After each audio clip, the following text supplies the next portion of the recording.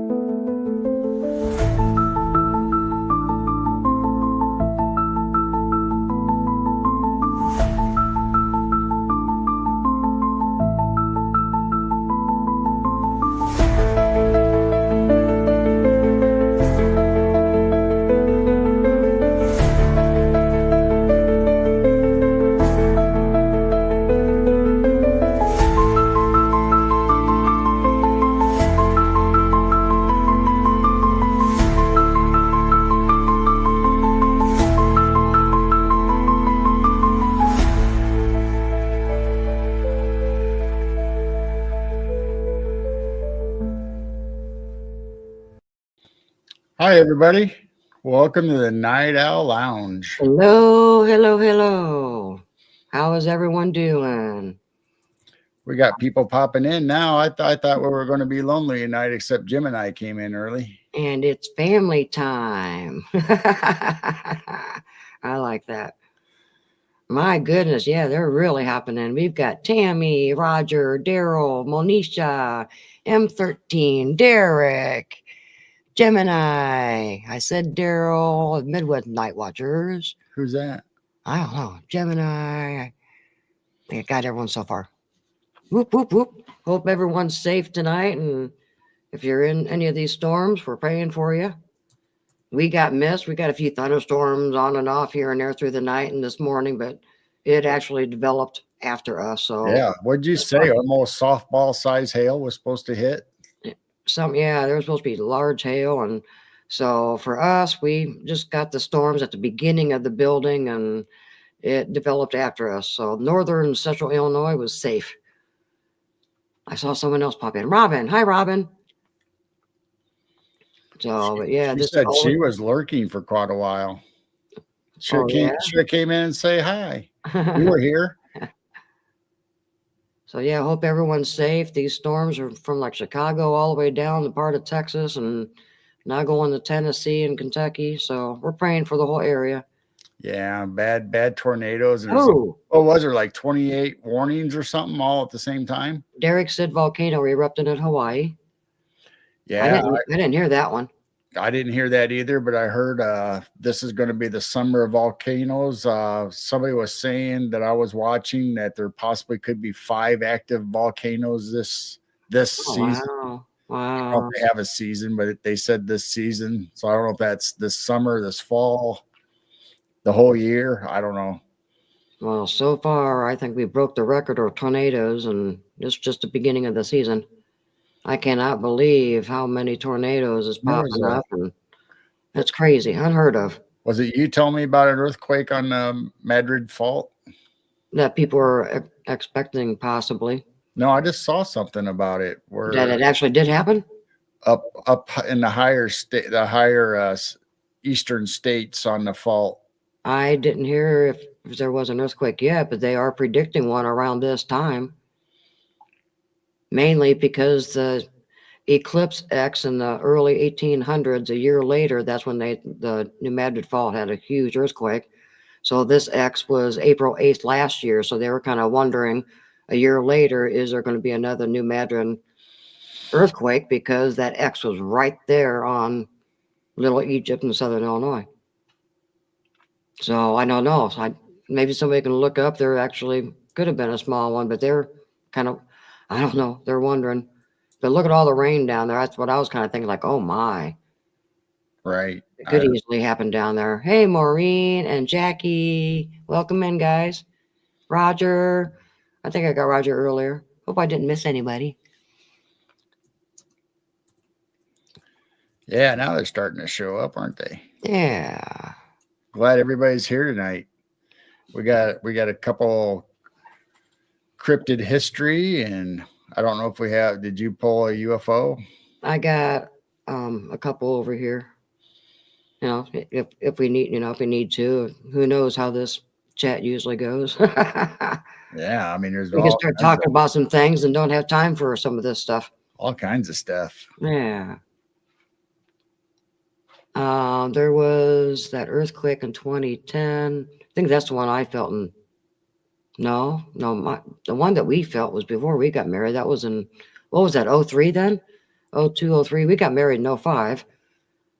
So I was living in an apartment, and me and my oldest daughter woke up and the apartment building was rocking. That was a pretty good size one that year.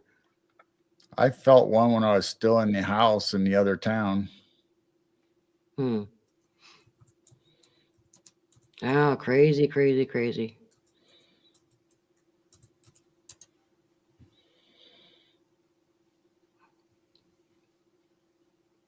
Yeah, Maureen says she felt the one in 2010.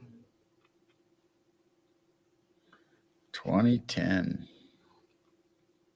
Didn't it seem like it was just 2010? Now look, this 15 years later. How time is really flying by fast. Hey, Daryl. I don't see any earthquakes. Wait a minute. She said, hi, Daryl. I don't see Daryl. Come on. Why am I not seeing? Oh, there he is. Yeah, you did sneak in. Hi, Daryl. I thought you said hi to him earlier. I don't know. I'm losing. I don't know how people keep track of. There's like 200 in their chat. I'm going, I don't know how they would do it. Poor Ryan Hall, y'all, today he had 181,000. It was 181K watching his show. I mean, I can't even keep up with 30, 40, 50. I don't know. I don't know how people keep track or say hi, or maybe they don't. Maybe they just glance once in a while and say hi to somebody. I don't know. I try to say hi to everybody, but yeah, we try. Because that's what tonight's about. Tonight's about our chat. That's what the Night Owl Lounge is. Like Tammy said, it's family time. That's right. So we can focus on you guys. I just feel bad. I love doing guests. I love these interviews. But I miss talking to the chat and keeping, it's hard to keep an eye on the chat when you're focusing on your guests and asking questions. So that's why we picked a Wednesday night to hang out with all you guys. We could do dad jokes, or who knows? I mean, sometimes you guys start arguing about pineapple on pizza. that was a different night. That was kind of fun.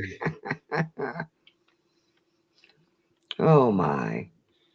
And other times we talk about movies and music and space penguins. You could pull that up and show everybody the new merch with the space penguins. Do I don't know. I think you're able to do that. I thought you did one night before. I might have. Who knows? I'll look for it. Yeah, I tried to do the same thing, Jackie, and I'm in other people's chats to try to say hi to pretty much everyone trying to come in.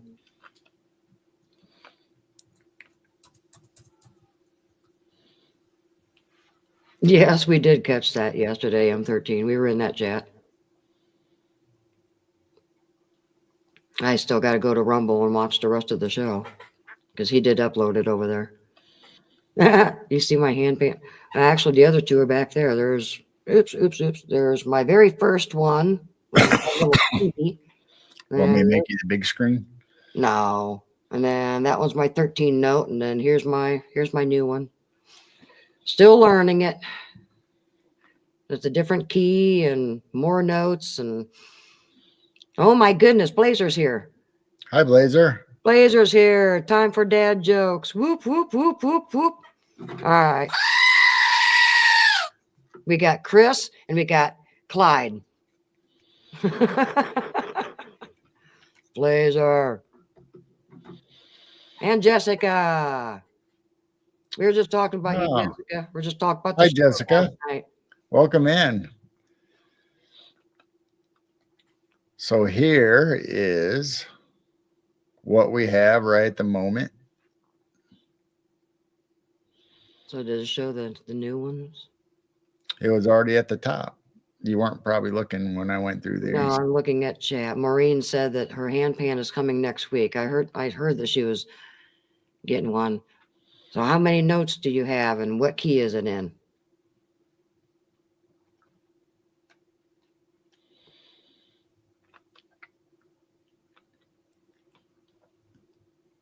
Hey, there's Diaries of a Wandering Artist. Welcome in. I thought you wanted me to pull this up. Yeah, space penguins. Can everyone see it okay? I thought you could click on the image and make it big, but I guess not. You should be able to.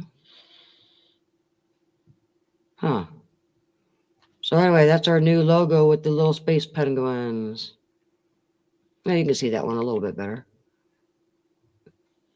Yeah, I thought you were able to click on it and make it bigger.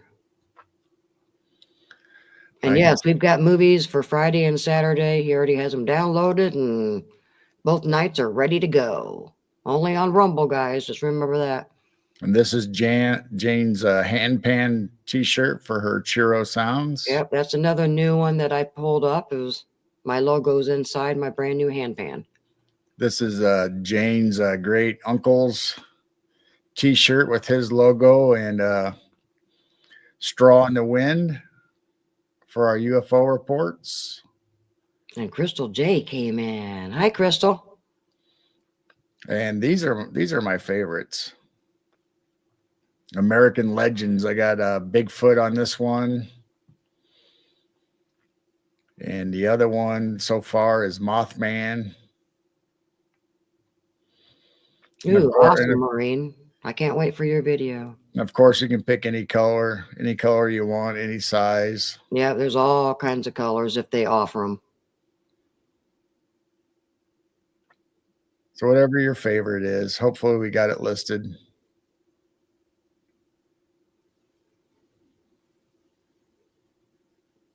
I love looking at merch. Yeah, we've got coffee cups. Well, I've got my coffee cup tonight. We got coffee cups, hats, hoodies, magnets, beanies. And if anyone remembers Clyde, our first goat, we've got Clyde merch to honor him. Yep. So we're adding more stuff all the time, and I'm trying to create designs and stuff. So there's Clyde.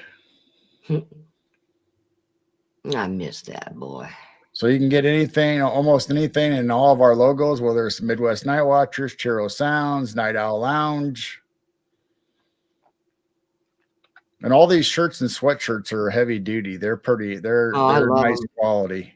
I'm wearing the hoodie right now. The hoodies are amazing. And these stainless steel cups are fantastic.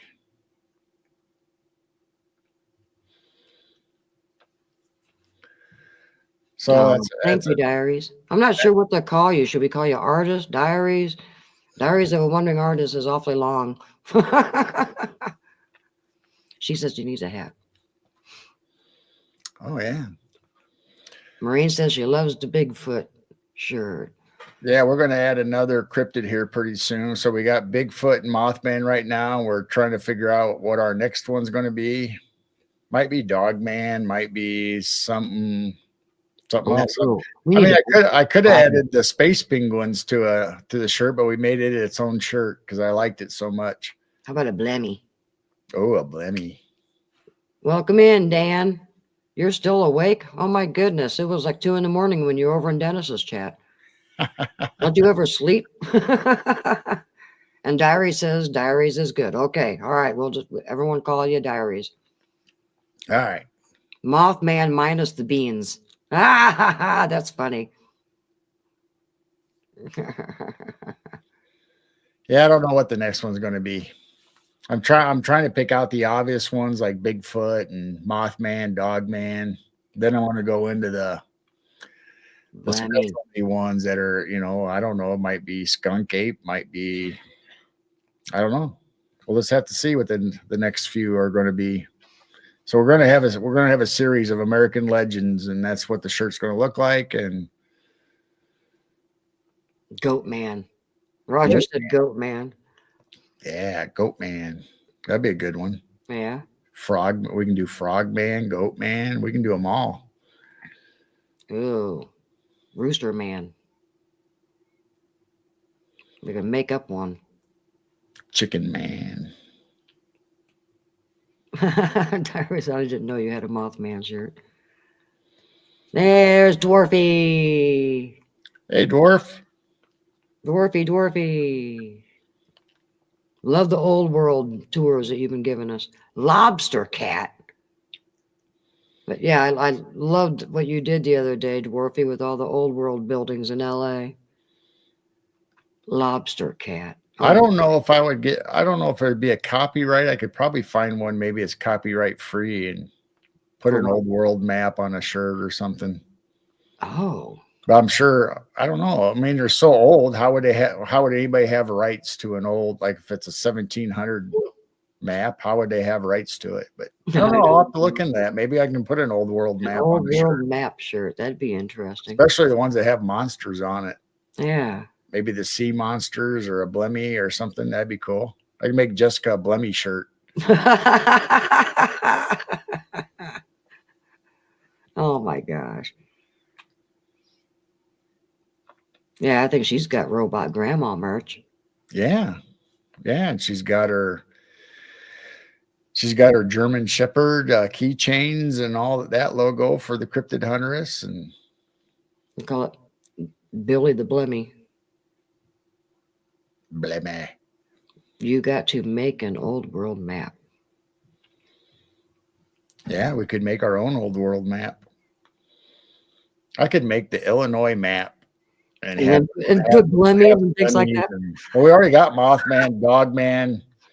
That's true. But werewolves. I mean, what's gonna hurt to have a sea monster come out of the Illinois River? There's a Blemmy up in Davenport. That's an hour and a half away. Come on, got Blemmies here. Bigfoot. I mean, there has been, they call them sea monsters. People have reported by the locks and dams up and down the Illinois River. Even the Illinois River, people have said mysterious stuff that's huge, has swum by or whatever. So it's not necessarily a Loch Ness monster, but about the Great Lakes. Great Lakes should have something. I don't know. They probably got some frogmen or something up there. It's crazy. Jessica could come out with a Cryptid Huntress action figure. Yeah. Jessica, you still in chat? You're probably laughing. She's probably already making ideas. Oh yeah, an action figure. Robot Grandma has an action figure. That's a good idea. Hey, you can make a grandma robot t-shirt, a Blemmy t-shirt with a kung fu grip. Kung fu grip. Be like Wonder Woman, have a magic lasso. So that's what our Night Owl Lounge is going to be. We're making up merch ideas. Even for other people. Brown Dwarf, you need a merch shop. Just go to printful.com like we did and do a merch shop. Gemini says that she's seen Nessie in Lake Huron and Lake Erie. Oh. I know we have like a Champ and Lake Champlain, and I had a whole list of them. Or something like that. I had a whole list of all the states that had one, but I didn't know the Great Lakes. I mean, I assume they have stuff in them, but I've never heard of Robot Grandma action figure. Oh, Gemini's getting rain. Yeah, when we got some of these storms, I mean, it came down hard early this morning. My goodness. There's puddles in the field and the backyard and the chicken pen. But luckily, we missed the severe. I mean, you can make a Slender Man and Hat Man and Robot Grandma's creepy.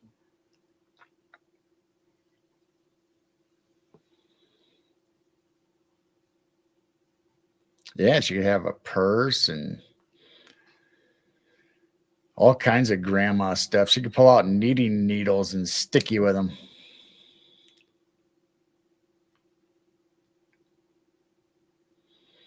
I don't know. I think if you could design robot grandma, and I think that'd be a cool T-shirt.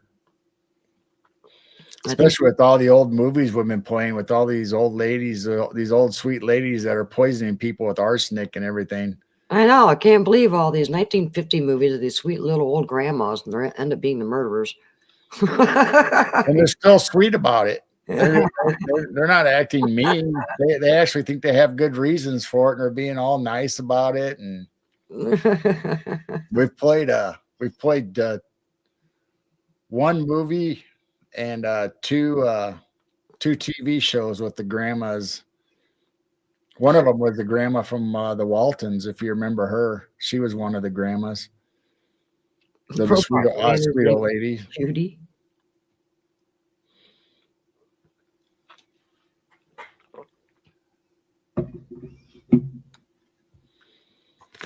Well, Dwarfy, you're going to have to go to Mount Shasta and see if Robot Grandma's still there. I think I had that on my list about that boy that disappeared. That found Robot Grandma? Yeah, well, Robot Grandma found him, I think. Yeah, Robot Grandma found him. He says, "Yeah, you're not the same as my other grandma." Oh my gosh, I think Jessica must not be in chat, or she'd be typing in right now. Maureen says, I think Robot Grandma should be a Netflix series.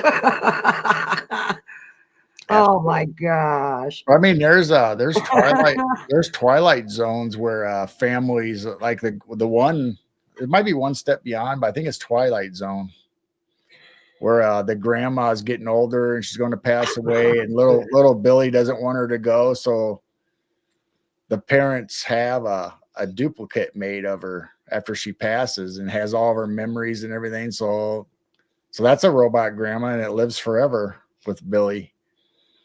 I'd buy a Bigfoot dwarf action figure. I'd buy a Bigfoot dwarf shirt. Yeah. Come on now. Dwarfy. Get some shirts and stickers, and yeah.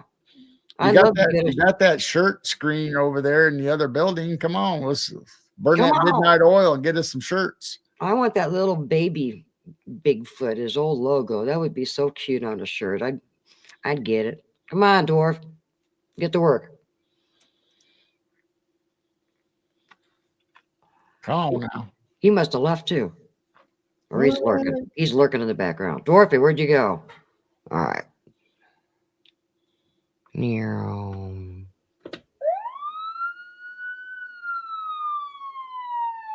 Maybe that'll get his attention.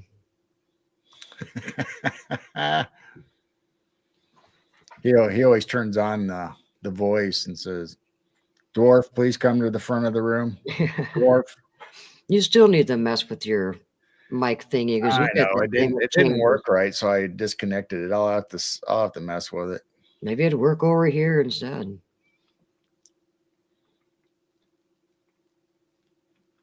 Get the old principal on the intercom. Dwarf, please report to the office. Told you. Mr. Dwarf, please report to the office. Told you. You got his attention.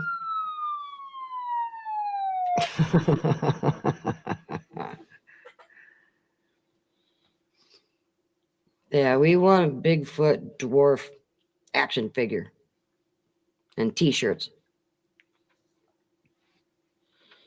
There's 21 people in this chat that would buy it from you. Bigfoot dwarf, wouldn't that be like a gnome? Wouldn't that be a hobbit?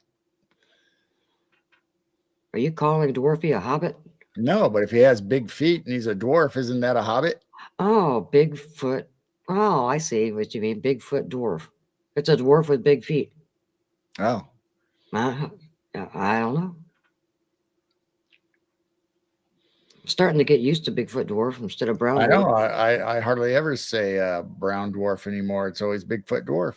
I gave up and just said dwarfy when I'm stuck with it. He's going to be a dwarfy. Bad boys, bad boys.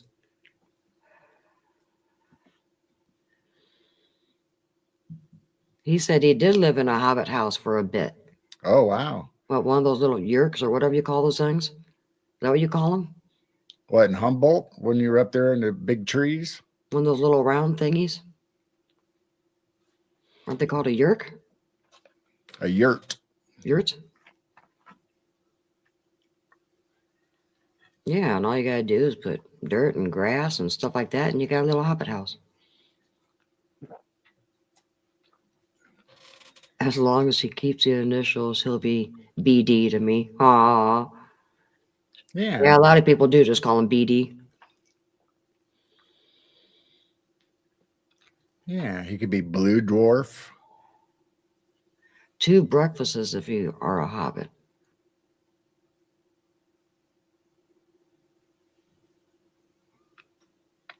He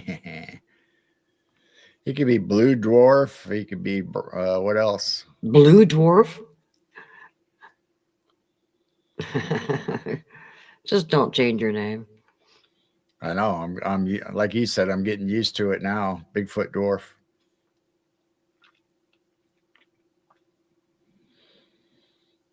I have blue dwarfs, aka Smurf. Hey, Smurfy. We'll start calling him Smurfy. I think didn't you say that at one time? People used to call you Smurf Dwarf. Welcome in, Wasn't that Juno. your street name or something? Wasn't? Hi, Juno. Welcome in, Juno. Smurfy. Red Dwarf was a comedy show in the UK. Oh, Red Dwarf. Red Dwarf. Smurfy. Smurfy Dwarf. Red Dwarf is like a star, like a planet. Astronomy.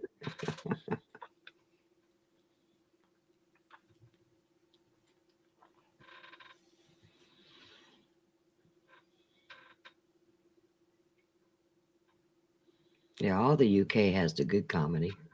Uh-oh.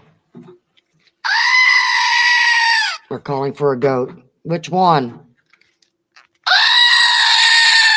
Well, if they do a goat with a Christmas tree, then you can tell. Yeah, so if you do a goat and a Christmas tree, that means you want Chris. If you do a regular goat, it'll be Clyde. If you want both, you got to do both.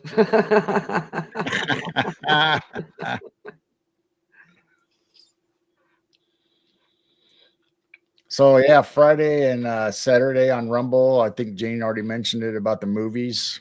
We've been playing old black and white, sometimes color, but usually black and white from the 40s, 50s, 60s. We have hit the 70s, and the recent series that we just added was X-Files. Yeah. So we're going through all the X-Files.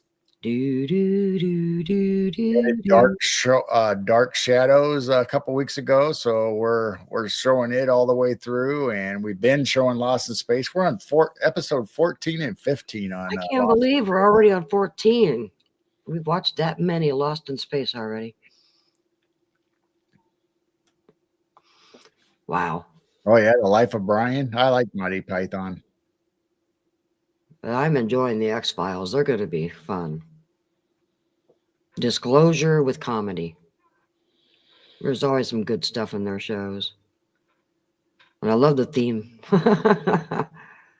Yeah. Yep, the X-Files is a good series. And I heard they're well, plus there's 2 movies, so when we get to the point where the movies come in, because there are certain points where the movies kind of hit, I'll see if I can't locate the movies, and we'll play them for the movies for the night.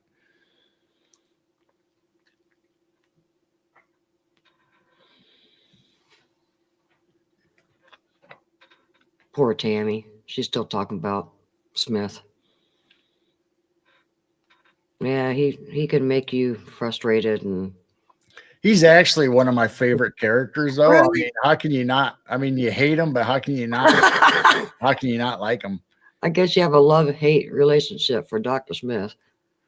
He is. I mean, he makes the whole show worth it to me. I mean, because you always wonder what the heck's he going to do this week, or how's he going to get in trouble, or like last week, he was cleaning the guns, so they're all broken apart, and he can't put them back together. So there's a big pile of pieces of gun. He wasn't cleaning them. He was tearing them apart on purpose, so they couldn't use them.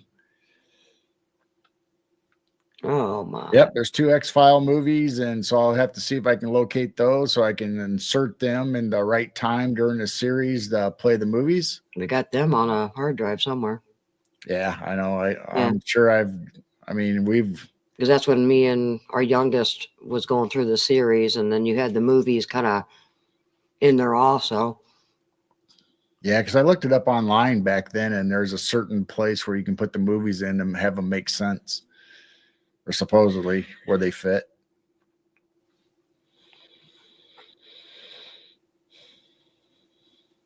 Dear, who takes apart a gun and can't put it back together? I mean, I guess I could play the newer Johnny Depp Dark Shadows movie, but it was kind of a comedy and I didn't really care for it that much. Gemini too had to stop watching it as a kid because she couldn't stand Dr. Smith. See, I like Dr. Smith. I mean, I know he's a jerk and usually causes more trouble than he's worth. And anytime somebody's in trouble, he runs away like a little scared kid. So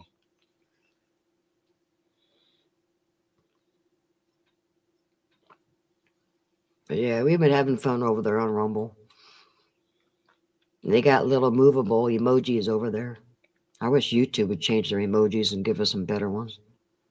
So I think the last time we talked that we might do a music night for continuing our talk that we had on YouTube, but they didn't like us playing the music. So if we go to Rumble, I can probably play little clips of the actual video of each song when we talk about the Oh, you mean on Rumble? Yeah. history of music and UFOs and abductions. Since we're allowed to do that over on Rumble. Well, I don't know if we're allowed, but they're not saying anything right now. So Not yet.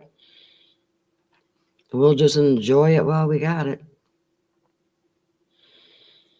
And of course, I'll play my favorite one from Van Halen.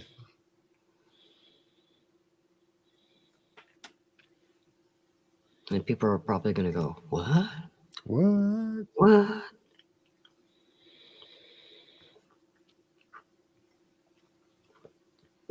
Now, Robin, Dr. Smith is horrible. He is. I didn't know how I felt when I watched the new series of Lost in Space where they made the woman the Dr. Smith. She didn't fit the character. I don't know. She was evil though. She Yeah. was more sinister than Dr. Smith in the old series.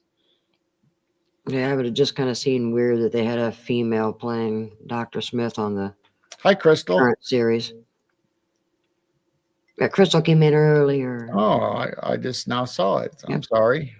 It was a little while ago. Hi, Crystal. Did you get your car all straightened out? Did you get your car fixed or?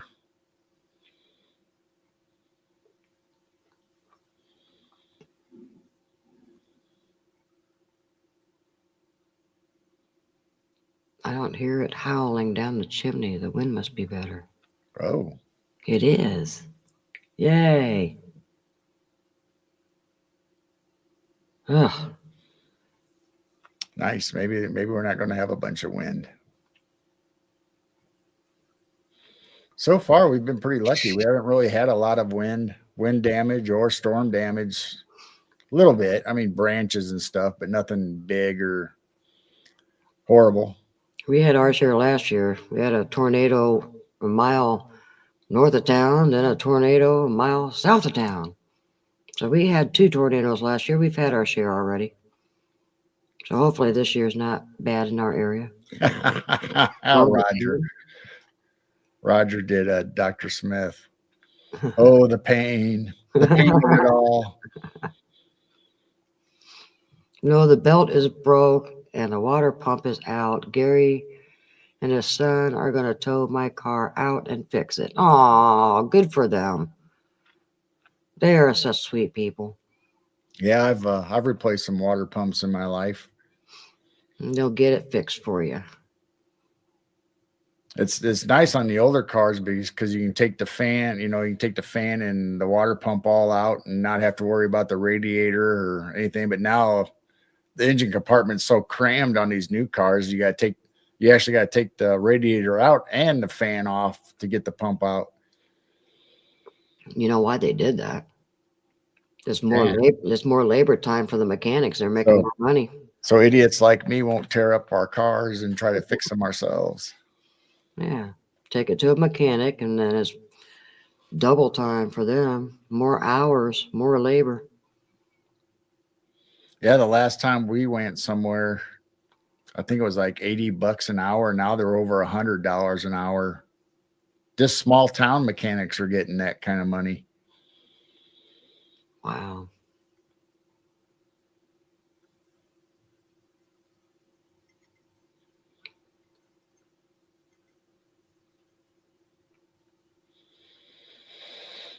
I try to fix our stuff by myself or get help, but I hate taking stuff to the mechanics anymore because they're so expensive. Plus, the parts are expensive. Well, I mainly did that when you were working. You know, the vehicle did need maintenance here and there, and but being retired and the very little we actually get out, we just need an oil change here and there or brakes, something minor. Luckily. Luckily, so far. Now, Yeah. until you mentioned it. Holy cow, now we got 3 skunks in the backyard. What? We got skunks. We got 3 skunks. Wow. Last night, the 3 skunks were on the front porch. And there was nothing for them except sunflower seeds. Oh, And it's definitely skunk season. They're out. She's been taking Ubers back and forth. Aw, no. I know that gets expensive. yes. No, sorry to hear that. Just remember, this too shall pass. There's a skunk butt for everybody. So there's 2 behind the old waterfall that used to be a waterfall. Now it's got holes in it, and the pump went out, and we got that probably 16, 17 years ago. So yeah, the 2 behind and then 1 in front. And there's old icky peanuts that are nasty and buggy that I'm trying to use up. So skunks don't care; they're eating them anyway. Yeah, they don't care. They don't care if they're buggy and wormy.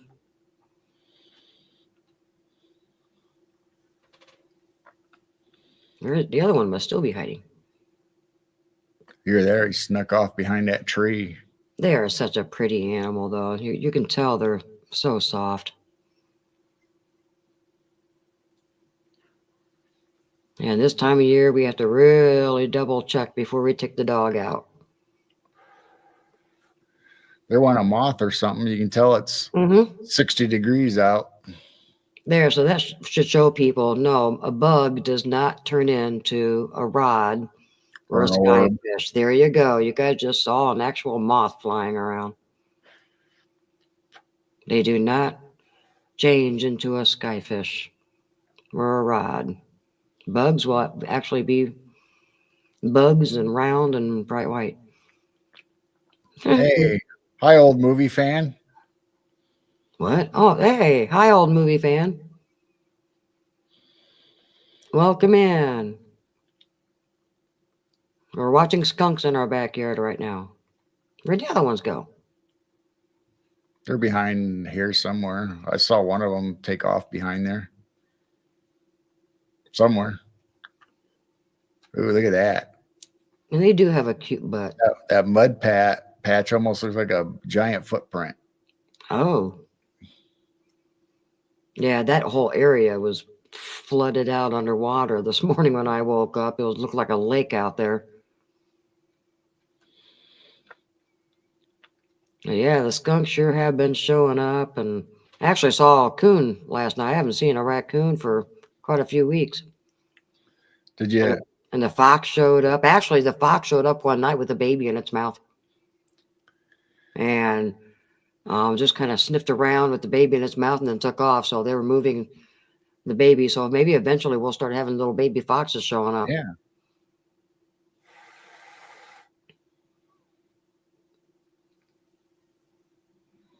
Oh, you got unsubscribed to our channel? People, it happens all the time. Not, other people's channels, and it's YouTube for you. Have you been going to our Rumble channel, Old Movie Fan, and checking out our old movies we've been playing on Fridays and Saturdays? That if you like monster movies or murder suspense movies.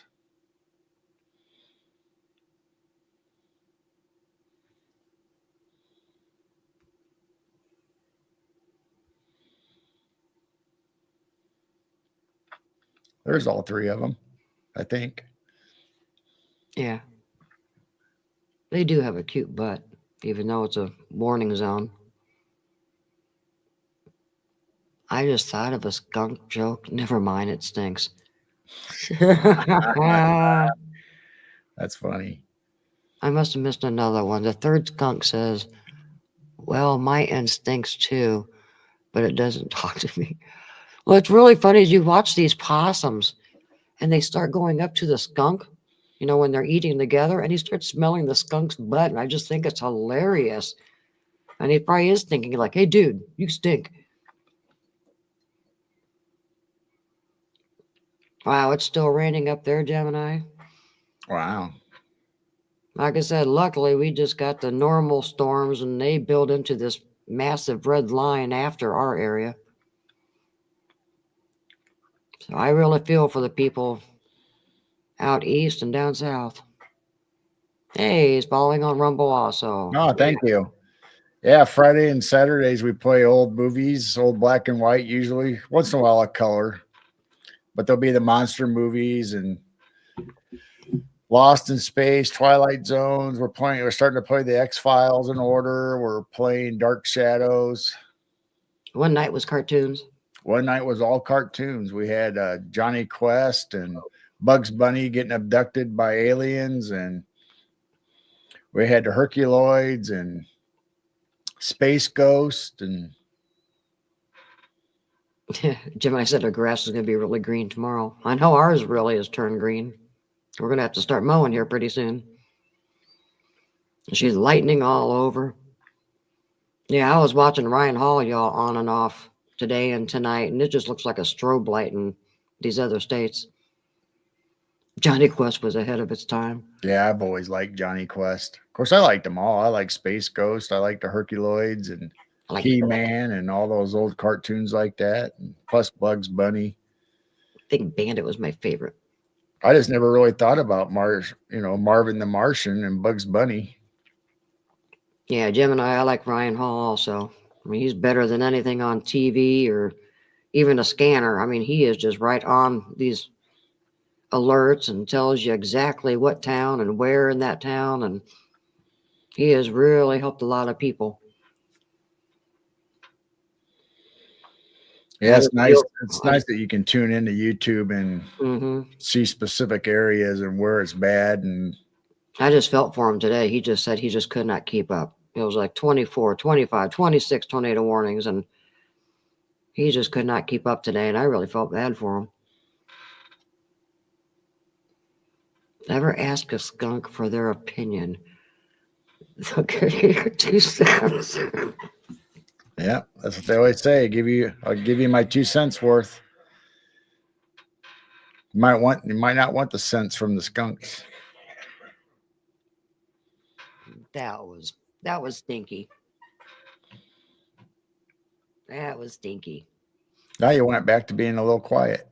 Who, me? Yeah. Let's do this again. How about now? I don't know. Maybe it's just me. I thought you all of a sudden you got a little quieter, but maybe not. Where does a skunk sit at church? On a pew.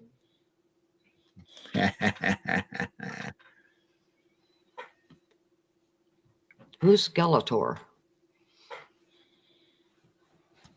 Skeletor was the villain on He-Man. Oh.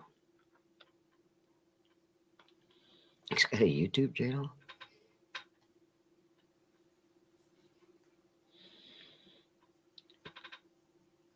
So does Sasquatch. You should say saxophone squatch. Sasquatch. A Sasquatch playing a saxophone. There's a documentary on Looney Tunes. No,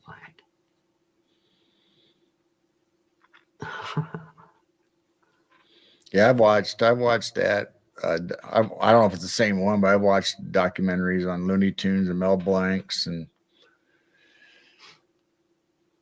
Bugs Bunny was the first alien abduction on TV.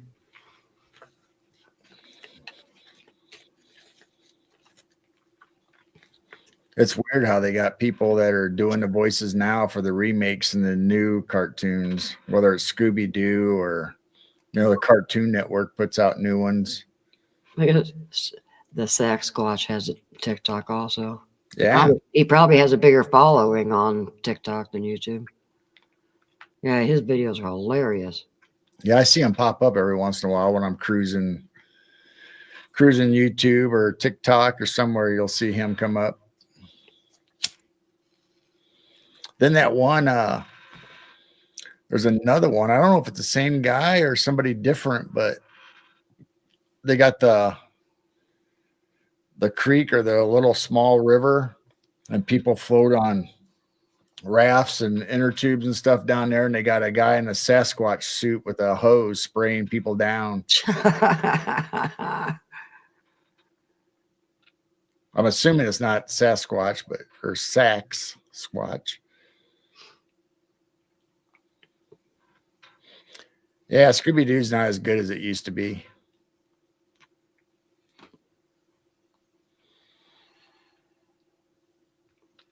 It is funny though that there was the Mystery Machine running around here in our small little farm community. Somebody had an old VW and painted it up like the Mystery Machine, and it looked great. Great paint job on it. It looked identical to what you saw in the cartoons. And it freaked out one of our daughters because she said she had a nightmare about it, and then all of a sudden it showed up in our town. She was freaking out. Remember that? Yeah. My two daughters, the one had Scooby Doo sheets and curtains and the whole bed set, and the other one had Tweety Bird. An old movie we got missed. We had some thunderstorms. There was one at 4 in the morning, and then what was the other one? Like 10 in the morning. A little bit this afternoon, then it stopped, and then after it passed us, that's when it started really building into this massive red line all the way down to all these states. So we don't have any damage or anything here. Yeah, I was up early enough for the one this morning, and it rained really hard and a lot of rain, but other than that, nothing. Yeah, the 5 in the morning was kind of loud. That's when I got up for an hour and then went back to bed. What state are you in? He said a tornado hit 1.5 miles away from him. Claudette. Hi, Claudette. Hello, hello. So yeah, luckily we missed it this time. But once again, this is like the fifth time the last few weeks that tornadoes down south or Midwest and blizzards up north. And our daughter from Canada said it was snowing today also. And so I was just, even this last storm, huh? Even this last storm, we had snow on top and Yeah, thunderstorms below, and it just went up high enough where it missed us. And so upper north states and part of the U.S. got snow, a lot of snow. outside of Tulsa, Oklahoma. Oh, Tulsa, okay. Yeah, that's like that's part of Tornado Alley. Every place is now. It used to be the upper Midwest. Now it just seems like Tennessee, Kentucky, Texas, Louisiana. I mean, that whole area has just been slammed the last few years. It used to be a nice place to move to. Now they're getting all the nasty weather. But yeah, we just had the normal thunder boomers and heavy rain, but we missed the tornadoes and everything. Luckily. Yeah, that's like snow, now thunder and lightning. Well, it happened with us. We had 80 something one day. Next morning we had 2 inches of snow on the ground. A few days later, it was like 60 something. Tornado warnings all over the place. By that evening was snow. Yeah, that's like Illinois weather. Actually, almost any state anymore. It seems like, that. I mean, I can't believe ever since that one year when Georgia and all them got that ice storm, it seems like they get hit every year now with some kind of ice storm or something. And all these storms are from like Canada down to Texas, and there's tornadoes down south and blizzards up north. Unbelievable weather. Oh, I don't New remember York this as a kid. said he moved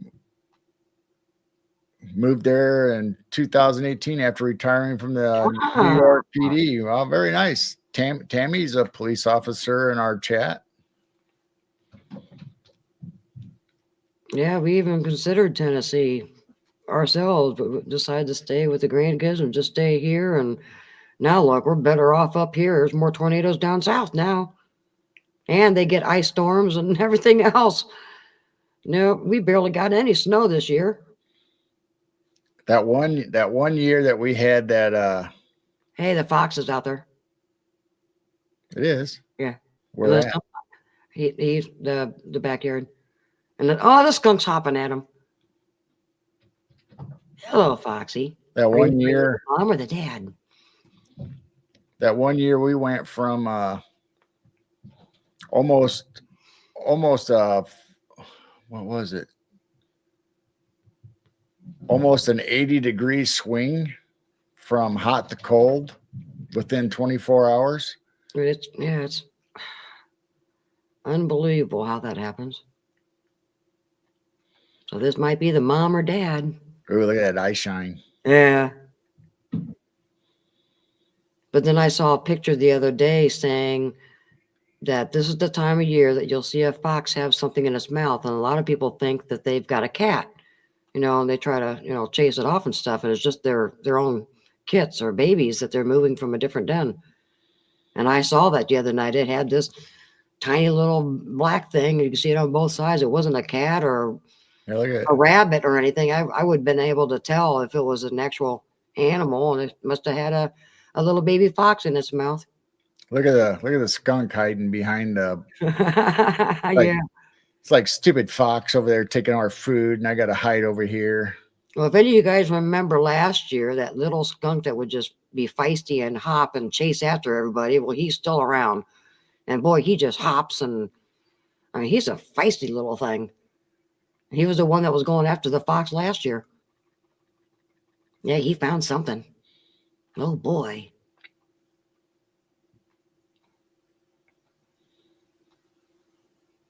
Wow, look at that tail. So fluffy.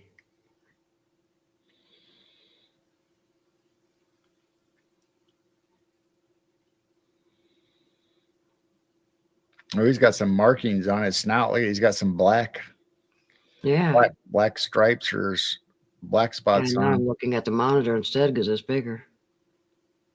Now there's some of that steak, unless somebody else grabbed the steak, but there should be that piece of steak out there somewhere. Keep sniffing. Yeah, we bought some steak that was probably better off being in a stew or something. Yeah. Instead of actually a steak. It didn't turn out well on the grill on the Ninja. Or the Ninja grill. He's hiding behind a waterfall. And the skunk's still back there, isn't he? Behind that bush? Yeah. Yep, he just ran. Did you see him? Oh, there's two skunks. He just chased him off. Look at that. There's two skunks. Okay. Oh, not a fox is back behind. Now he's back in the background.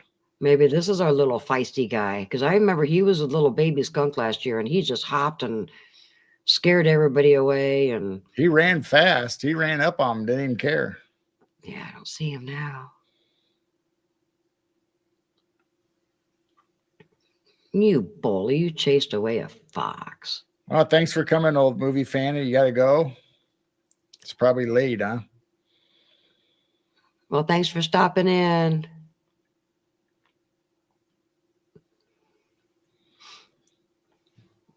Well, there's still one skunk behind the bushes, and he must not like this guy either. Maybe it is the feisty one. He acts like he's hopping around. What if the fox is still back there?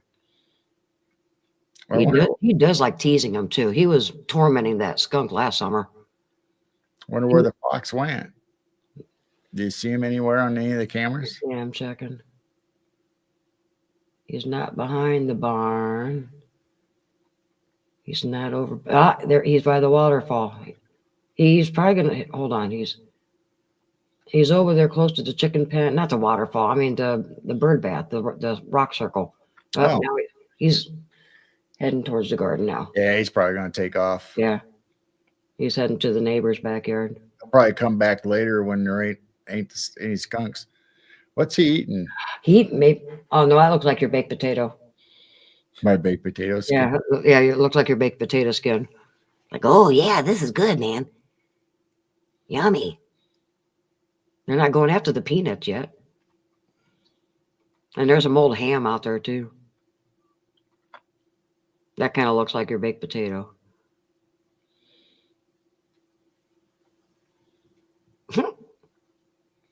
I bet they're so soft. I just wish we could pet them.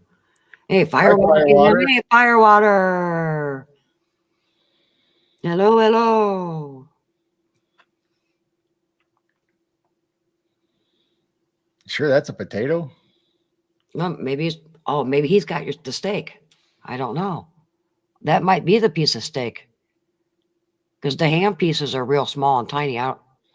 That piece of steak was about a half a steak there. Yeah, it was tough for us. I can't imagine what it's like for him. He's probably, I know. And we could barely even cut it. And I went, oh my gosh, these were horrible. Well, he's enjoying it, that's for sure. Yeah, since we didn't get to eat all of our steak. Well, I ate the sauteed mushrooms and bacon and a little bit of the steak, and I ate the whole potato, except for the. I didn't eat all the skin. I left some of the skin. My sweet potato. Then later for a snack, I went ahead and had a nice relish, sweet relish hot dog. Ah. I don't remember what I had. I had to have something afterwards because my sweet potato ended up being rotten. Yeah, Bigfoot says the skunk's eating better than him. Rosie's in here. Hey, Rosie. You guys getting any of these storms? You're the one that's getting storms down there. We had our normal thunderstorms, like every few hours. And then the last one was around noon or so. And then that's when it developed past us into the severe weather that you guys are getting. I hope you're okay down there. Stay safe. We had the one at 3 a.m. and then we had the one at like 9 or 10 in the morning, and then we had one shortly after that. So we had the three, but they were spaced out quite a ways. But they weren't severe. I mean, they were just like normal, thunder, lightning, tons of rain, no tornadoes or anything, no watches. It developed past us, thank goodness. But, well, let's see. There was 3 tornado warnings in Bloomington Normal area this afternoon. So that was a little over an hour away. Right. So, I mean, they were close to us, but a lot of times when it passes the Illinois River, that's when they really develop. For some reason, they get past that river and these storms really get crazy. Oh, she's under a warning right now. No, stay safe down there. I lost track of how many. Last time I saw it was like 24, 25 tornado warnings. And they were still going off every few minutes on Ryan Hall, y'all. So do you watch Ryan Hall, y'all, Rosie? He will definitely give you current updates on exactly where these storms are, where the tornado is on the ground, where they're heading. Gee, you don't force Carol to eat anything. She didn't eat all of her steak, so she can't say nothing to me. I couldn't chew it either. I mean, it was horrible. I cut mine into tiny little pieces and gave it to the dog. Uh-oh, he's hopping around. That is the little feisty one then, probably. He just hops and he hops and he hops.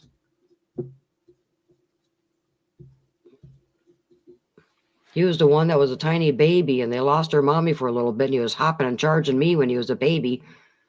And I had to go in the sunroom because he was actually charging me as a tiny little skunk. And then he finally found mom again, and they took off.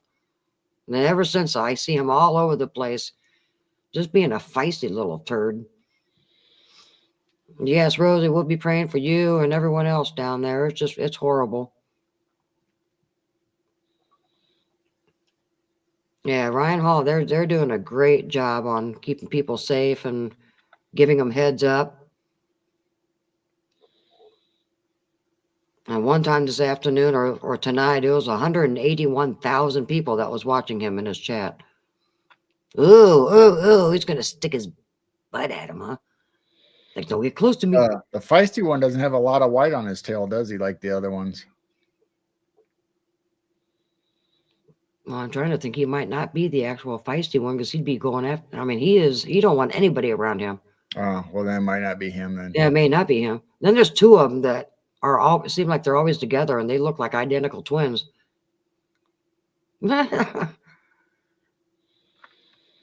shove their butt around. Like, don't get close to me. Man, they're so pretty. I mean, I got such fluffy tails.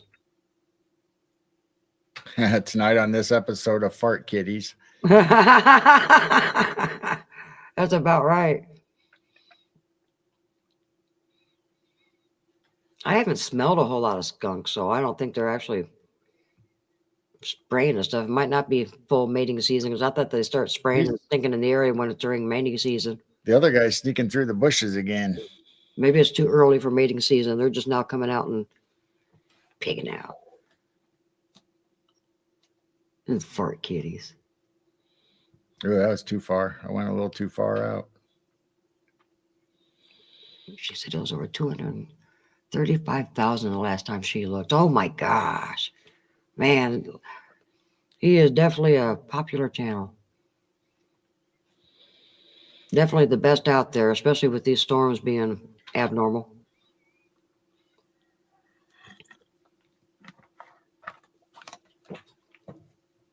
So I mean, I guess, 235,000. I mean, I guess, people are tuning in because he's providing a service and doing a great job. I mean, and plus he gives out a lot of money. The donations and stuff, he goes out. A lot of charity. He helps these people with supplies and stuff like that. Oh yeah, it's a great channel. Can you imagine having that many people? Yeah.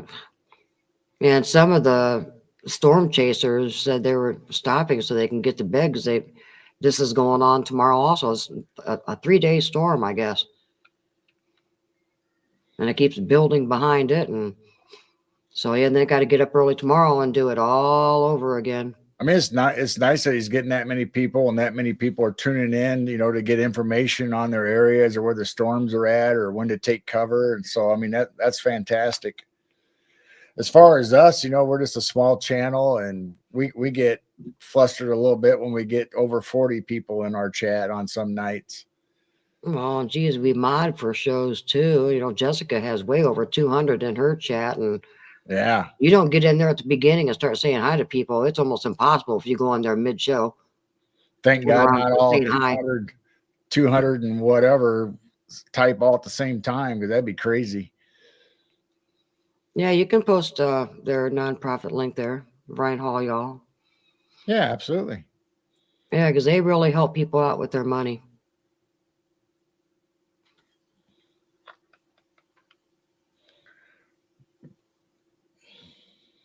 And I just felt really bad for him today. He just could not keep up. And every few minutes, a new tornado warning, and then another one, then another one. This morning when I got up, I was watching the rain out the window. There was not a baby squirrel, maybe a little bigger than that, not quite an adult, was out in the middle of the rainstorm when it was pouring the hardest, digging up stupid stuff in the yard and reburying it. He had his tail over his head as best he could, and he was just out there going at it. Wow. He was probably trying to find all the peanuts. That's why I put out more peanuts tonight. I knew they were empty. Hey, there's May May. Hi, May May. Topic, we've been talking about skunks and fox, fart kitties. What else? A few skunk jokes. Weathers, earthquake. Yeah, earthquakes, the weather, storms. Movie night. Tornadoes, movie night. So we don't really have a topic. We're just kind of have a train wreck going. So how many people are watching on tablets or phones? Can you see the skunk okay when I have it like this size? or is it hard to see? I never really asked how many people are on computers or how many people are on tablets or phones or. Creator looks so cute at a distance, of course. You could probably zoom in a little more for him. And Firewater, yes, I am officially 63. And it happened March 21st. So it was a couple of weeks ago. So I am not a 62 one anymore. I'm officially 63. Really getting up there. Rosie's on a big screen TV. Oh, all right, nice. Blazer, wait, that's a skunk? Is that what that is? Claudette said she's on her tablet. You know, we're sitting here in front of nice monitors, you know, and so it looks big to me, but if somebody's looking at that on an iPhone or a Android, I don't know how big or how clear it's coming in. And I got a monitor over here, which is a lot bigger.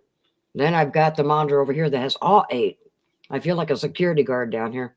I can see all 8 cameras. Watch the goats, watch the chickens, watch the front porch. I think I can do that on here. Thank you, Firewater.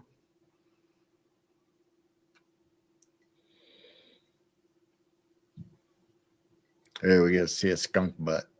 They do have a cute butt. He doesn't have a lot of white. You notice that? No, yeah. He And doesn't. then there's one that we had last year that was almost all white, and he barely had any black to him. That one was gorgeous. Yeah, he's got a lot more black. His tail don't have hardly a lot of white, but Just on orb. Keep an eye on the camera. You'll see an orb go up. where's he going? Little guy's going to go off screen here pretty soon. Keep watching the screen. You'll see an orb. Because I see it before it gets to YouTube. Come on, where is it? Where is it? Where is it? I saw it go by already, so I don't You know. did? Yeah, I did. Yeah, but on our YouTube, on our StreamYard, though? No, I'm watching the actual real link.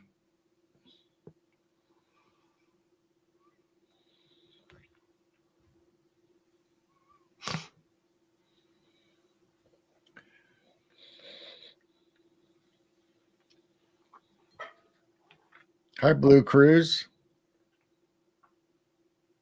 Hey, Blue Cruise, welcome in. Let's see. So that one's at 37 seconds. That's 3 seconds behind. This one, So do we only have the one skunk? for now, yeah, you can probably pull that off. We actually pulled it back up because the fox showed up. And I don't see them. They're not on the front. Well, there's nothing on the front porch except sunflower seeds. Unless they're getting a drink, they're still using Blazer's water up there. Blazer's water. Blazer's water bowl, which is not plugged in anymore, by the way. Yeah, it's been warm enough where it hasn't been freezing. So I don't see them on the other cameras. They must have. They show up on and off all through the night. They go, check out the whole neighborhood. They're probably in somebody else's backyard. Little stinkies. May says she has a topic for us to talk about. The topic would be insectoids. Insectoids. Wow.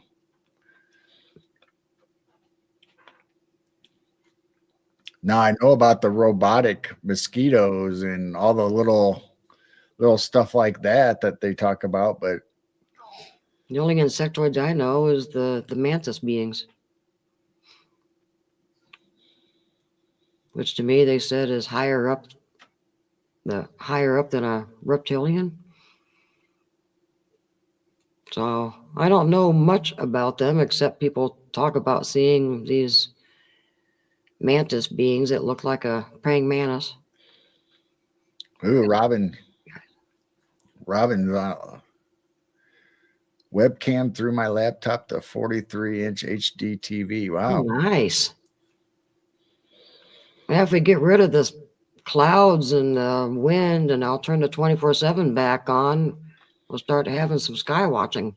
Well, we also switched internet companies, so we were messing with it back and forth, turning off the internet, turning it back on, resetting it, getting it all ready. So that was hard to live stream. Jane was getting kind of frustrated. I woke up and I says, our stream is down again. And he says, oh, oops, I kind of. No, that one that one our internet updated. It wasn't nothing I did. So, and then I knew these thunderstorms were coming in. I said, oh, heck no, I'm not turning 24/7 back on for a few days until it calms down again. I mean, the cameras were shaking, and, you can't even have it on the goats because all the rain's pouring on the metal roof. You can't hear anything except the rain. So now we shouldn't buffer ever or hardly at all, or should have good clarity. We got high-speed internet, so we should be doing good. Yeah, we moved up to fiber optic. Yeah, we got fiber to our house now. Does Mothman fall into the insectoid classification? And do mothballs work on Mothman? Yeah, because you got a praying mantis. Right. So that's an insectoid. So Mothman probably would be considered an insectoid.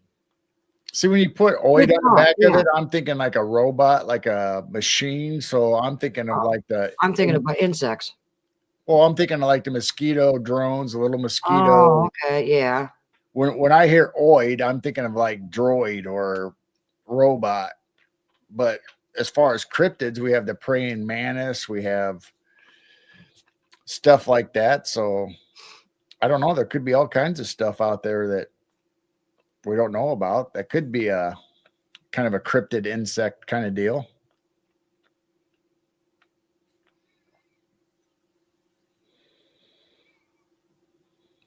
Yeah, we've been seeing bees on steroids.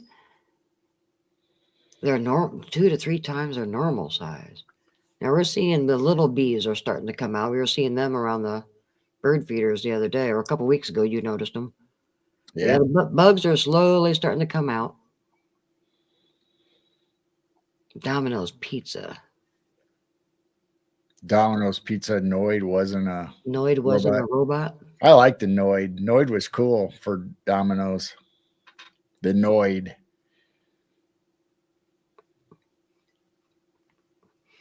Well, I know years ago they showed the little mosquito that wasn't actually a robot. And who knows, a mosquito or a fly? If you have an insect buzzing around you looking at you funny, just think twice. The bees here are massive this year. Wow. Really? Wonder if there's a new kind that they, what do you call it, released? Well, remember we have giant bumblebees anyway, and we have there's all kinds of sizes of bees, from little tiny sweat bees and that size all the way up to giant bumblebees. So maybe they just kind of like the swans, or they're not the swans, the storks and the seagulls, how storms affect them and they mess up their migration. Because now we've never had it in Illinois. We never used to ever have seagulls, and all of a sudden they showed up. Now we have storks or pelicans. I'm sorry, pelicans. They show up in the field. I saw some flying the other day. Yeah, I did too. I was going to tell you, I saw a bunch of them, and I went, oh my gosh, the pelicans are back, and they'll be here every year because that hurricane set them off track. So they don't ever migrate to Illinois until that one storm threw them off, and they had to land. Actually, it's Peoria, Illinois. They had to land, and they even created a habitat for them. They took an island and expanded it for them and put the plants and everything on it for them. And so they come back every year, and now all of a sudden they're coming to our area, which is 50 miles away. Flying, it's so cool. And it makes me wonder as to how we got our seagulls in the area also. Because when I was a kid, I do not remember any seagulls in like Walmart parking lot or restaurants getting French fries and things. And the seagulls had to have come here because of a storm. Yeah, we had big black crows and stuff that but not seagulls. Where's now they're all over the place. He's taking off. Where you going? And I don't see anything on anything else. And we got sleepy goats, so there's no sense of looking at goats. They're sleeping. All right. Other than that, that's it. I did have a couple deer show up again the other night. I thought that was cool. Oh, really? Yeah. Oh, I that- got a picture of an eyeball. He was right up to the camera, close to the rock circle. And so I took a picture. He was just like right there. But I wish I would have got him like 30 seconds before that because his nose was up there smelling that camera right there on the corner of the chicken pen. It was so cute. But yeah, they're going to start slowing down. We won't see the deer except once in a while if they have their Well, babies. they might be out in the field or something. But they'll slow down. Now we've got more bunnies and skunks and possums and raccoons. Just sitting on the back porch listening to nature. I'm ready for the bugs, but that's not until July. Well, you've got outside a little July. bit. Yeah, I'm getting outside, but I just love the, the bug noise and sound, but that won't happen for a few months. I'm ready for the crickets and stuff. Yeah. Yeah, I think our breeziness is starting to go away. It doesn't look as windy now. Yeah, we actually had nice enough weather where we had the windows and screens and everything open, and Bunnies and skunks and raccoons. Oh my. heck, I don't know. Skunks and bunnies could be robots too, as far as we know. How do we know? Now there's nobody back there. Where'd everybody go? I don't know. Looks like the clouds are starting to break up a little bit too. Oh, nice. Yay.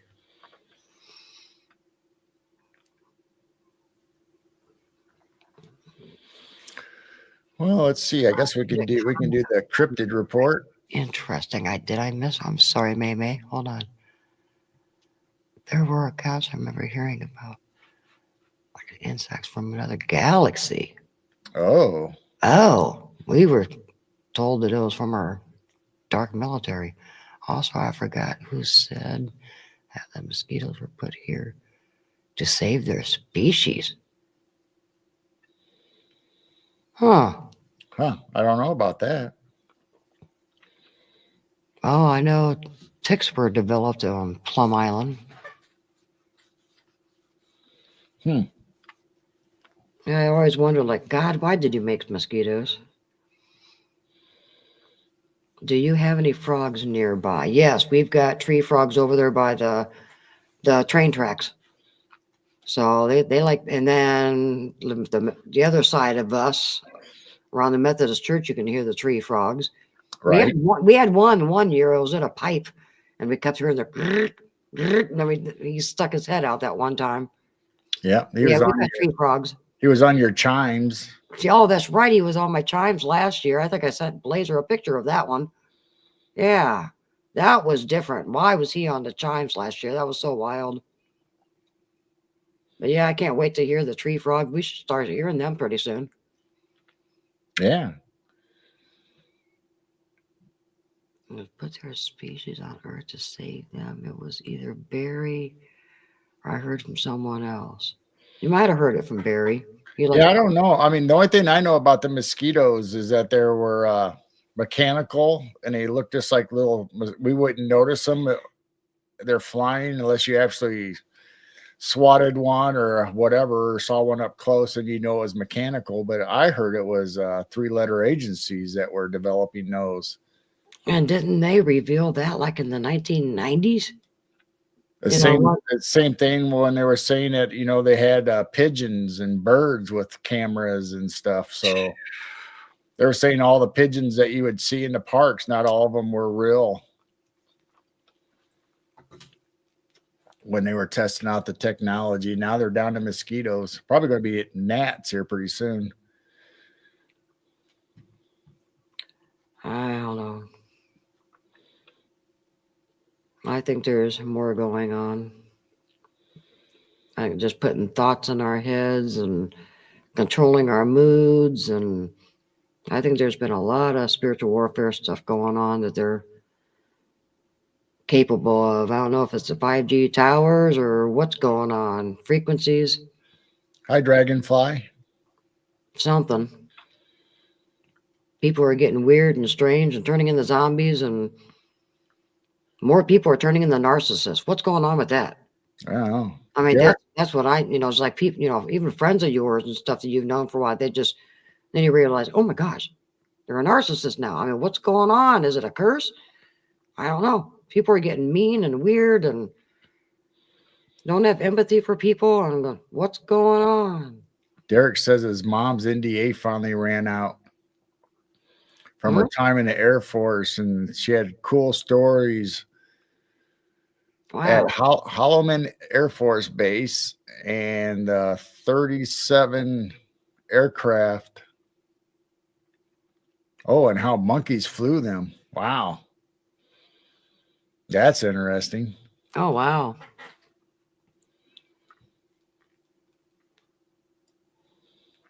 A dragonfly. Yep, I said hi to Dragonfly. You must have been talking or reading something, yeah. So we have a creepy history if you're ready for it. Creepy Acres? Or is yes, it from Creepy Acres. Creepy Acres. On April 1st, believe it or not, 1929. 1929. Said 96 years ago today. Over the years, the name Sasquatch has been attributed to various native tribes. However, this is only partially correct. It is in fact an amalgamation created by the combining of several names given to this hairy wild man. While it is quite remarkable to be able to pinpoint the exact moment and name and of a such renown entered in the lexicon, it is one that comes with some controversy. It is more recent years, J.W. Burns, the person who would coin the name Sasquatch, would be accused of appropriating a Sasquatch story. Someone claimed it was utter theft. And from the Sestals people, while others would disagree. Additionally, the first use of the name Bigfoot would not emerge until 3 decades later in August of 1958. So I guess you had Native American words for him, and then Sasquatch was formed, and then Bigfoot was later after that. Sabe. So let's see, where am I at? I got a picture to go along with that. Utter theft is now a cow thing. Utter theft, yeah. Or is that a cow thing? So, like always, here is the picture that Creepy Acres artists, or their rendition of what we're talking about. Aw. He's got some gray in his beard.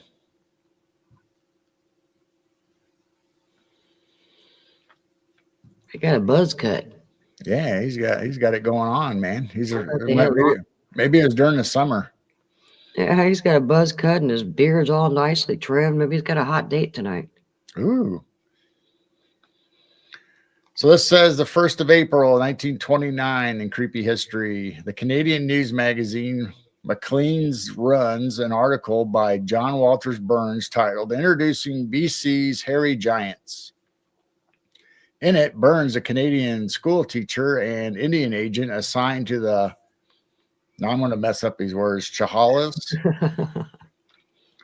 bands, currently known as the STS Ales, Sestals, I don't know, nation, recounts the tales of people encountered with huge hairy hominid creatures in British Columbia, Canada. The area's indigenous people had many names for these hairy giants, including, see, I'm not going to be able to pronounce these. Soquama, I don't know, Saskahavis, Saskatchewan, and Sasquatch, all of which were said to translate to wild man or hairy man. J.W. Burns merged the numerous names in anglized the final result to make it more palatable for the magazine's white readers. This marked the first use of the word Sasquatch in its first appearance in print. It remains in use today. See, I always heard that Sasquatch was a Native American term that they used for Bigfoot or the big hairy man, but evidently each tribe had individual names close to Sasquatch. Then this guy made up the word himself, kind of combined everything and made it Sasquatch. So there you go. That's 90 some years ago, April 1st, 1929, in creepy history. 96, you said? What? 96 years ago? That means my father would have been 97 years old. My goodness. Yeah, this was April 1st. This was April 1st, 1929. So it said 96 years ago today. Wow. That means my dad would have been 97. Wow. Interesting how every tribe has a name for something that doesn't exist. Skookum. Well, wood boogers is what gets me.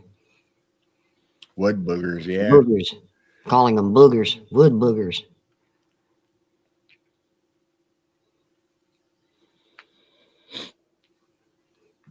Wood boogers. So didn't someone say that's where the boogeyman came from? I don't know. I know they call stuff like that mysterious boogers. You know, they're just boogers. Wood boogers.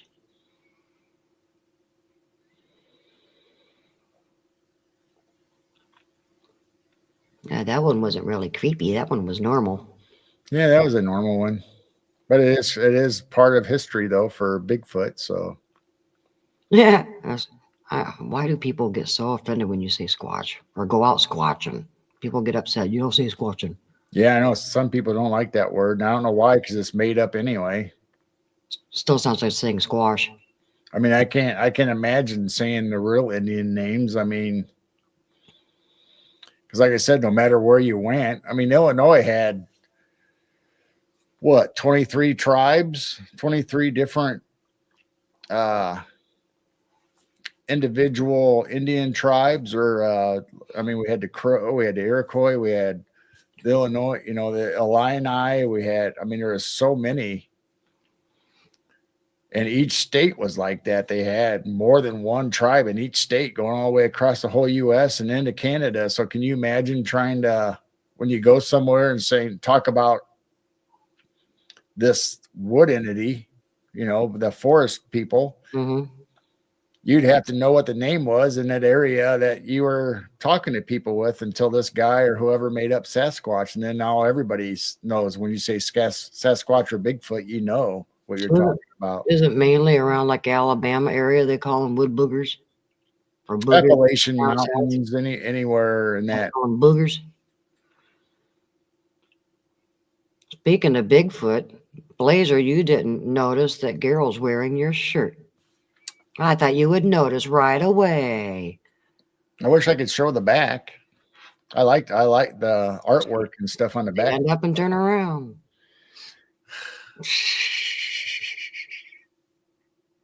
I'm still wearing long sleeves. Well, you are too. I guess you put a t-shirt on over a long sleeve. Yeah, I didn't get out of it. Yeah, people today are looking for any reason to be butthurt. Hi, Riley. Hi, Riley.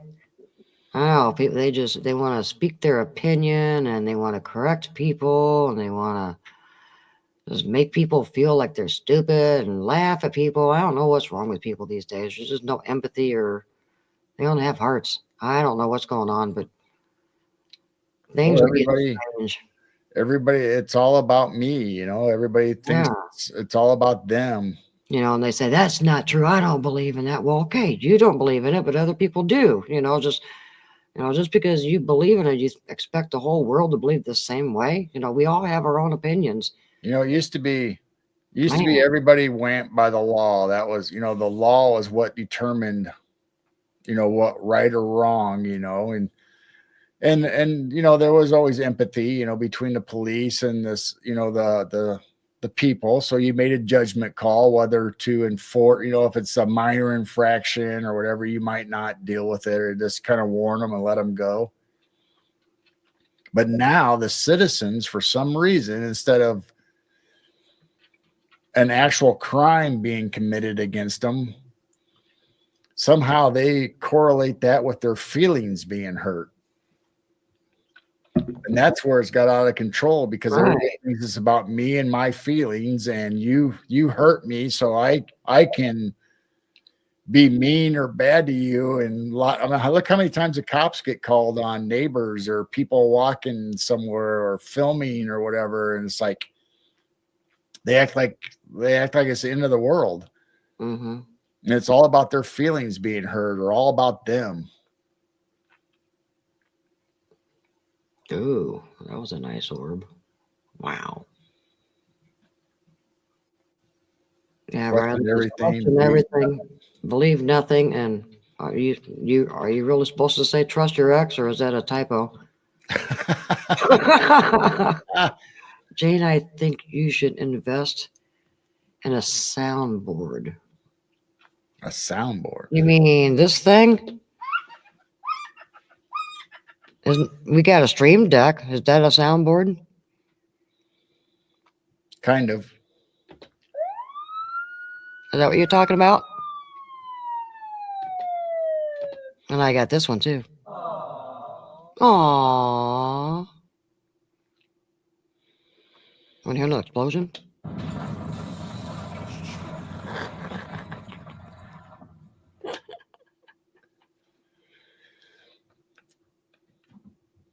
Religion, not religious. I lost something. Oh, I got chewed out by my roommate on Monday regarding my so-called conspiracy crap.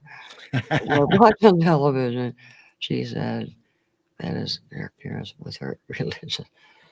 Yeah, just why can't we all have our own journeys and go down our own rabbit holes, and we can believe what we want to believe, and if somebody believes differently, so what? I don't know about conspiracy in religion, other than I do know there is a lot of supernatural in the Bible text. There's a lot of things. I mean, just look at, we bring it up many times, not specific things, but just like Jesus walking through walls, Jesus turning water into wine, Jesus raising people from the dead, the witch of Endor, summoning spirits from the other side. And yeah, you could have turned around and says, you know what, your religion interferes with my conspiracy crap. But I mean, there's UFOs. I mean, you talk about wheel inside the wheel and lights showing up in the sky. And Jacob and Esau, was Esau Sasquatch? I mean, I see myself as a supernatural, paranormal, conspiracist Christian. I don't go to church, but I still believe very strongly. But I believe in this other stuff too. I think you have to put it all together. It's all connected. Oh, wow. I just heard a loud thunder. Mm. But I mean, look, just show her some UFO pictures in some old paintings, religious paintings, especially where you have the Virgin Mary or Jesus's birth. You'll see like it looks like a UFO and beams shining down on Jesus, not necessarily a star or not an angel, but like a UFO or a craft. And we did a show on that not too long ago. Well, I guess it was quite a while now, probably a year ago, I guess, where we showed all those pictures. I probably still got them somewhere, or maybe they're on your computer. They might be on your computer. I don't know. I didn't know that, Firewater. I've got her subscribed. I need to go back and watch that. What's that? Bryce, that's been on Jessica's show, Esoteric Atlantic. She was discussing books of the Bible that was excluded. Yep, I've got several different books over here. I'm starting to dig into the Apocrypha books. because they say things that they didn't want us to know. So I kind of went, oh, okay. I sent her an email and I think through Messenger, and she hasn't responded. So I don't know. Oh, Bryce. Yeah, that'd be fun talking about. Bible. Yeah, That'd be fun talking about books of the Bible with her. yeah. I almost got the Ethiopian Bible a couple weeks ago, but I got the Geneva Bible 1560 edition, and it has a lot of the Apocrypha in it. So I didn't know which one to get. I almost got the Ethiopian, but I ended up getting the Geneva 1560. And then I've got other ones that has tons of Apocrypha books in it. And there's all kinds of things in there that are very interesting. They didn't want us to know. Oh, here we go. Bible fight. Bible fight?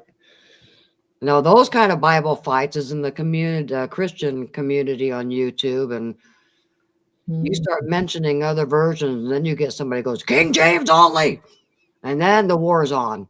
Well, come on. I mean, I read other versions of the Bible, but I prefer the King James too, so I can see where they're coming from. So I do watch a bunch of YouTubes that are the Christian community, and yeah, you see them fighting over there too. It's but I mean, but I'm not going to get on somebody if they want to read whatever version. It's up to them what version they want. You shouldn't go up to a person and correct them because you believe differently and tell them, how dare you? You shouldn't be reading that.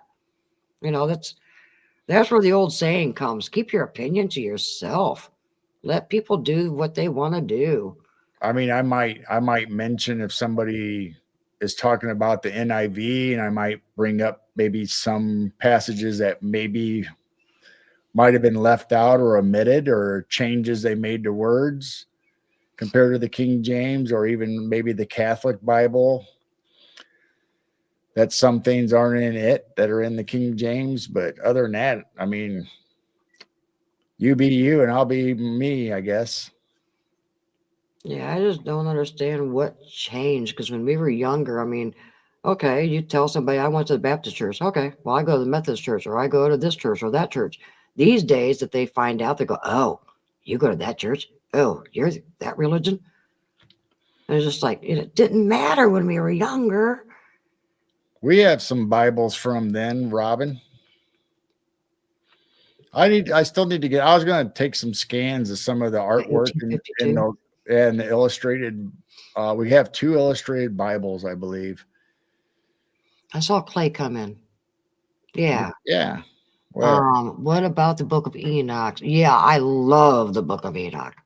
Yeah, and you know, like I said, I'm getting into these other Apocrypha. You know, they're also Essenes. You know, these were the Dead Sea Scrolls that they found. And, you know, the Essenes were very well knowledgeable with the calendar and everything. And it just kind of shows that there's a reason, you know, that they took these books out. It's just another, you know, like a reset. They didn't want you to know things, so they took them out. So the Book of Enoch has a lot of knowledge. Actually, a bunch of them do. I started taking pictures or scan. I actually had that hand scanner, but I don't know if I saved any on this tablet or not, of the Bible, the artwork and the. And Mamie, I want you to look up the Pyramid UFO of Noah. Those illustrated plates. Beautiful. They tell a story.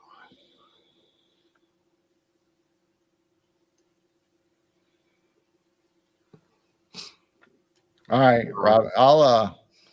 I'll find those pictures. I scanned some of them, and I wanted to scan all of them and put them in a file. I'll see if I can send some to you. I thought I had them on this tablet, but maybe I don't have them. Maybe they're on the other tablet. They're on the computer upstairs. You know, while we're on this, no, we're not into religion. There could be some nasty religious spirits out there. We have a relationship with our Lord, and we leave it at that. We don't bug people about it. We don't slam you with the Bible. But you all know that we do believe very strongly. We just stopped going to the organization called the church years ago, which is, to me, I'm never going to go back. I have a one-on-one relationship, and the kingdom is within me, and that's how I believe. And if you guys don't believe, that's fine. We don't really care. Everyone can believe what they want to believe. I just love everybody. Or I'm trying to get along with everybody. I don't see it. There I are must over not- I must 700 books that they took out of the Bible. They didn't want us to know the truth. Yeah, I mean, it's on UFOs. It's just, there is so much in these books that they didn't want us to know. They wanted to go with their narrative of what they wanted to teach, what the Bible meant. And most of it, to me, has been kind of lies. They've been teaching us wrong. And there's been a narrative. It's a control place, and you're better off learning on your own and praying on it, and the Lord will show you the truth about these scriptures. I'm checking real quick. I might have put it on a Facebook post. Ah. But I'm assuming it's upstairs on the other computer, the ones I did take. Yeah, she said something about a pyramid UFO of Noah on the door of a church of a Tartarian building. That's what May wants you to look up. Oh, And what? Latro, welcome in. I saw you sneak in. Welcome in. Hi, Latro. What's she want me to look up? An ancient alien, or I remember in Ancient Aliens they showed a pyramid UFO of Noah on a door of a church, a Tartarian building. Oh, wow. I don't know anything about that. I have heard people say that the Ark was a spacecraft.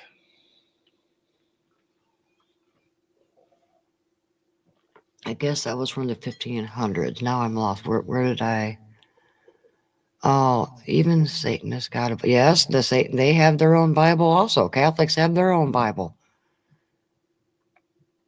Ethiopians did not take out all those books. That's why their book is very popular right now. It's all about what you preserve and believe is true. Yep.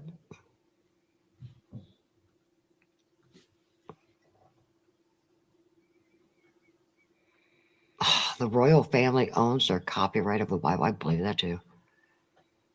You know, they just mimicked and mocked and taken over things and twisted things around, and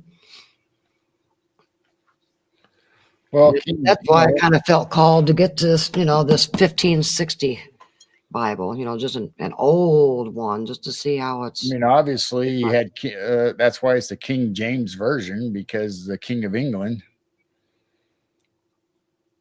I know that's why. Can you really trust a evil king and who he picked to create that Bible? I don't know. But to me, when we were going to a church, it was kind of, and when you actually want to dig into it, you read a bunch of different versions and see what those scriptures say, and it kind of helps you understand. What was that one that had like 4 different versions, Amplified or something like that? I think it was called the Amplified, but they had like 4 different versions you can compare. Oh yeah, you could. Yeah. So you'd read a like verse, and you read all of them. Bible. Yeah. I think I have one up. I think I have one upstairs that has maybe 3. I don't think it has 4. I think it has 3. It has King James, American Standard, I believe, and maybe NIV or something. So you can compare all 3 at the same time. Then I bet we have what, 10, maybe 10 versions or different Bibles, depending on the years and what they are. Some of the real old ones we got. Yeah, I've got some family Bibles. You got family Bibles. Those are really old. No, I mean just different versions between NIV and Living Bible and King James and American Standard, NAB. I mean, we have so many Bibles just because we're interested in seeing what they all say. And I even have a Keyword. I think it's Keyword Bible, where it actually shows you what the original. You can look it up in lexicon and see what the original word meant in Greek or Hebrew, whichever, whether it's Old Testament, New Testament. And so you can actually go and look up the meaning of each individual word or keywords anyway that's in the Bible. So that's really cool. And then I have college class books that you can go in the theology of all the books and Bibles, and so that's like a 5-book set. Plus, we have concordances on every single book of the Bible. That breaks it down. And I agree, Riley. They have used religion to divide people, and that is their plan, to try to divide and to split things up, and people to disagree. Well, so what if you disagree? Just like I said, just for entertainment purposes only.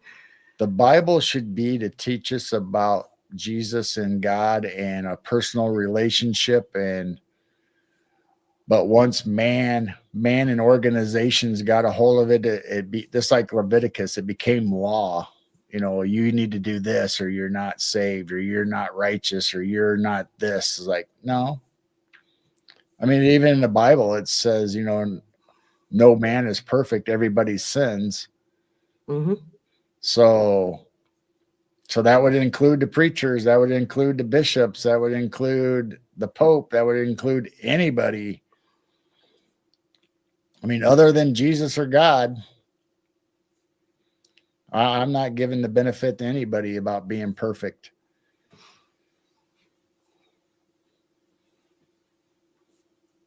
Yep, it's a personal relationship, and that's how I see it. We left the church building, and I was a worship leader they had 2 churches, actually. We went to both churches, morning and night.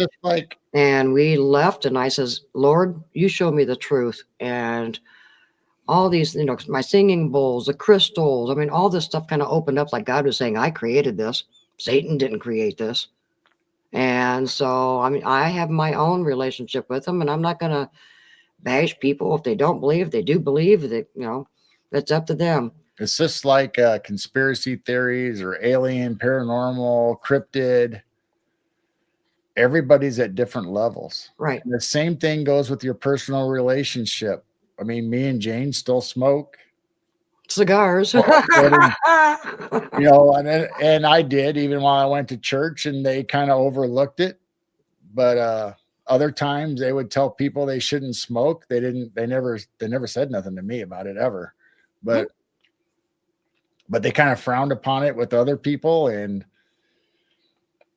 it's all man-made rules inside of an organization.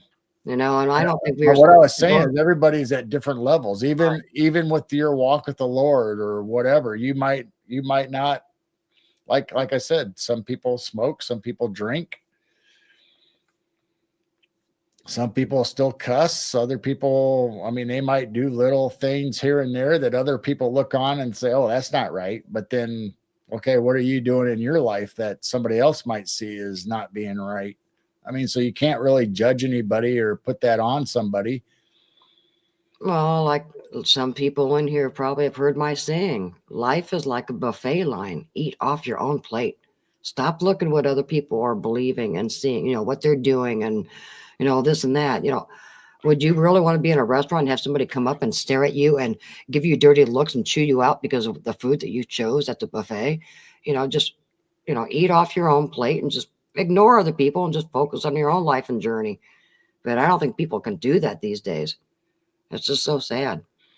Jane, can you look up so is it this one, May? I'm sorry. Is it that one? What God said native?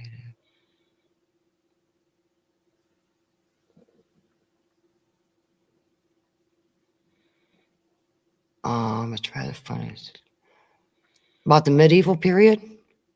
Yeah, I don't think we had a medieval period. I think we had a Victoria or Victorian style. There's something else was going on with these old world buildings and cathedrals, and I don't think it was medieval. Dragonflies in here too. So yeah, to me, I think I said now I want to go to a buffet. But yeah, to me, we all do wrong. So you shouldn't look at someone and go, look what they're doing. So what? Just stop looking at other people. Just, You're the one that has to face God face to face someday. Why don't you focus on your own life? That's kind of how I mean, I don't. There's lots of foods that I don't eat, but I'm not going to tell somebody else not to eat them. Steak and butterfly shrimp for $8.99. So You know, anyway, I can just imagine, that saying is just you're in a restaurant and then you have someone on another table and they're just going, ugh, and then you're looking over and they're just looking at you disgusted, like, ma'am, what's wrong? She goes, I can't handle you eating that because my ex-husband used to eat it all the time. Why are you chewing somebody out by, your issues? yeah, what's that have to do with me? Yeah. So that's why, I love this saying. And it actually came from a pastor, that we used to watch all the time. And that saying makes so much sense. Life is like a buffet line. Eat off your own plate. Don't matter what church you go to, who you voted for, what restaurant you want to go to, what religion you are.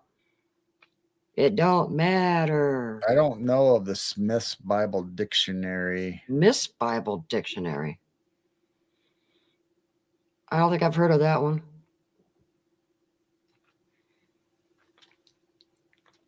I have I have my childhood Bible and I have my very first Bible that my parents bought for me that was like a concordance built in. It's a real nice Bible. I think my childhood Bible had a built-in concordance. That's why I'm trying to find it. It's in a tub downstairs here somewhere. I wanted to pull that out, compare it to this Geneva Bible that I just bought. And well, man, I didn't realize it was going to turn to this direction. No. We went from insectoids to Bibles. And someone up, I think it was Firewater, mentioned something about the Elohim. And yes, it was not just God. I believe there was no time up there. So Jesus and the Holy Ghost was with them. It was plural. When he says, let us create man in our image. Yeah. So we have a gentleman from the UK coming on, and Mark Oley. Might be Ollie, but I say Oley. But he's archaeologist based, and we're going to be talking about giants and angels and maybe some biblical stuff. So, but he says he has a different take on some of this stuff that's not necessarily mainstream. So I'm excited to hear what he has to say. So, I mean, it might stretch what I think about things. So he might be either way out there, or he might think the same as us, or I don't know. I haven't heard of what he wants to say yet. So that's coming up here. That'd be cool. Like I said, with the Nissan Council and Constantine, and they took out old books, then they burnt books, so they're trying to hide all the evidence. Thank goodness we found the Dead Sea Scrolls to verify a lot of this. We got a children's Bible around here with the hardcover, don't we? Somewhere. Yes. It's white, isn't it? I think it is. Came from, Uncle Kent and Aunt Mary. Is that the one you're talking about? Yeah, I'm not sure. Yeah, I may end up getting I got the Geneva one here. I may end up getting the Ethiopian too. Who knows? We might do that since Robin brought it up. Well, other people brought it up, but Robin specifically about the illustrated Bible. Maybe I'll spend some time and scan those pictures, and maybe we'll just flip through those pictures one night. Like I said, I think the old world and UFOs and orbs and everything is all connected. Yep, Geneva Bible. That's a good Bible. That's the one I got. Yeah. But it's big. Boy, is it big and thick. It's not like you can sit in the backyard and have it in your hand looking at it. Well, look how big Bibles used to be. Mm-hmm. I mean, think about getting the Ethiopian Bible. It has all the books in it and references and all that stuff. I mean, that thing is it's thick.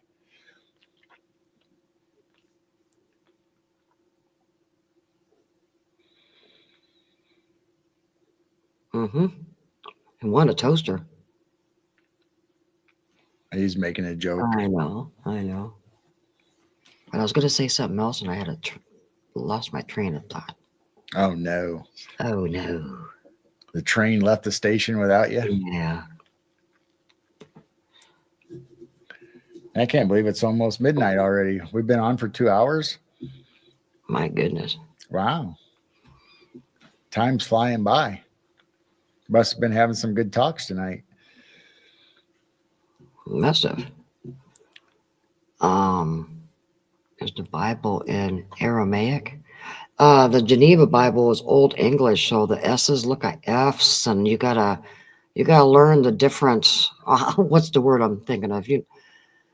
Some of the letters are shaped differently back then. What's it called? Old English or something like that. That's Old English. Yeah, so I have you a gotta friend now. decipher the F's are not F's, they're S's, and I was at work back in the day, and my boss let me print out the old English Bible, and it had all that on there. Mm, I mean, it was hundreds of pages, and he let me do it every day. I was in there printing out the Bible. So that's upstairs in the cabinet somewhere, all the photocopies of the Old English Bible. That was before we actually had. Well, I think I still had a family Bible, but that was before I got that real old illustrated Bible. And the other one, I took a PDF file and printed it out. I think it was close to 1,000 pages. oh, I think I know where I was going. When I was talking about the Nissan Council and Constantine and all the different versions taking out books, and well, that's when Roman Catholics pretty much took over universities and seminaries, and these pastors that are in churches now are taught by their college. Well, that college is controlled by the Roman Catholics. This is what the Bible means. So I believe a lot of the stuff that we were taught in church was twisted and wrong. So that's why I'm going to the source directly through prayer, and let me know the truth. And that's why I was really called to go into some of these old Bibles and see what is in them before the 1800s came around and they really twisted things around. Yeah, that's cool if you can find the That's a stuff. used bookstore. You never know what you'll find in the shelf. Yeah. Banned books. Yeah, that's why I'm into the Apocrypha books. And Enoch is mentioned in the Bible. So, why did you take it out when Jesus even quoted from Enoch? So there's a lot of good stuff in those books. And they actually teach on one-on-one relationship. Jesus was teaching that the kingdom is within, God is within. They live inside of you. So that's what he was teaching, is a one-on-one relationship, not religion. Right. We could do a whole show just on that, on Mhm. the books, not necessarily the Apocrypha, the books that aren't in the Bible, but the books that the Bible do mention, like the Book of Life, the Book of the Dead, the Book of the Giants. I mean, there's so many books that are referenced in the Bible, but we don't actually have a copy of it anywhere in the Bible. And they don't want to teach on it. I don't know. Maybe we'll do that. Maybe we'll do a show on the pictures, all the old artwork and the lithographs. You still need to go back to the Sistine Chapel and check out some of the rest of the artwork too. Yeah. And discover what else is on those paintings. Well, it's kind of fun going down a lot of these rabbit holes. Yeah, Mary Magdalene. I mean, there's a couple of the books that have came out that I think might be fake. I don't know, because they weren't really in the Apocrypha back in the day, and maybe they just weren't discovered, or maybe they weren't included because they were kind of banned text even back then. But maybe that's some of them I kind of question. Maybe that's why I should go ahead and get that Ethiopian Bible, because they've got all the Apocrypha books in it. So even if you say even if somebody says these are the original books that were banned, you got to be careful because every once in a while they'll put a book in there that is like, I don't know, that could be questionable. I don't know. They could be legit, but sometimes I see other people talk about, well, no, I think this is made up. Or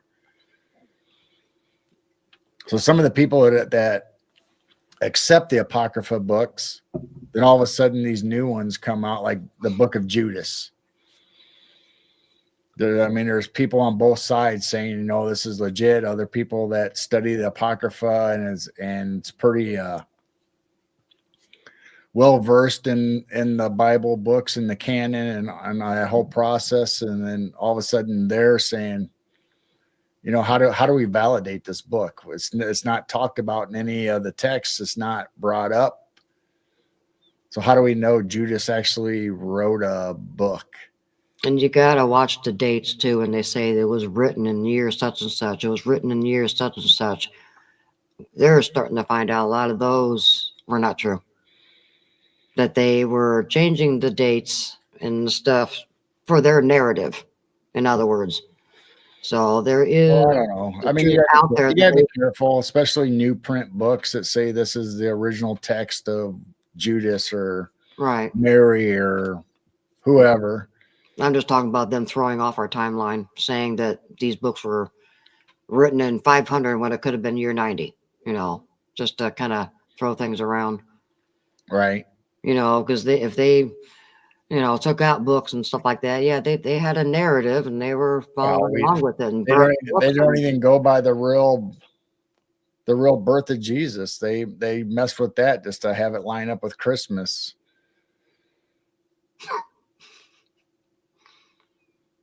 Got a possum waddling his butt up to two skunks. They do walk funny. I still say possums walk like they got toilet paper on their butt. Sorry, I got distracted. I was like, squirrel. No, possum. That's all right. We'll take a break from what we're talking about. We'll check out some possum. Yeah, we don't want to lose anybody. We're not gonna.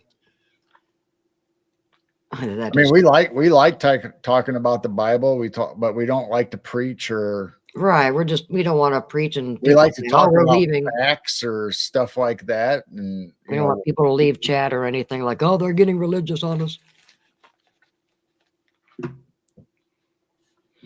So instead, here's some possum. The internet. There was something else just walked by. What the heck was that? I just saw a tail. That was it. What the heck was Maybe it was a cat. I'll find out if it goes over here to.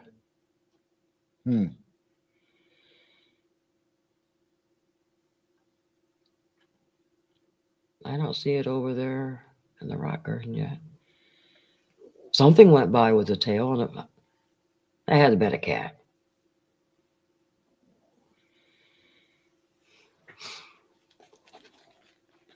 Yep, and many truths are coming out. We're going down some rabbit holes that we might eventually talk about sometime, but there's some good rabbit holes out there that kind of make sense, and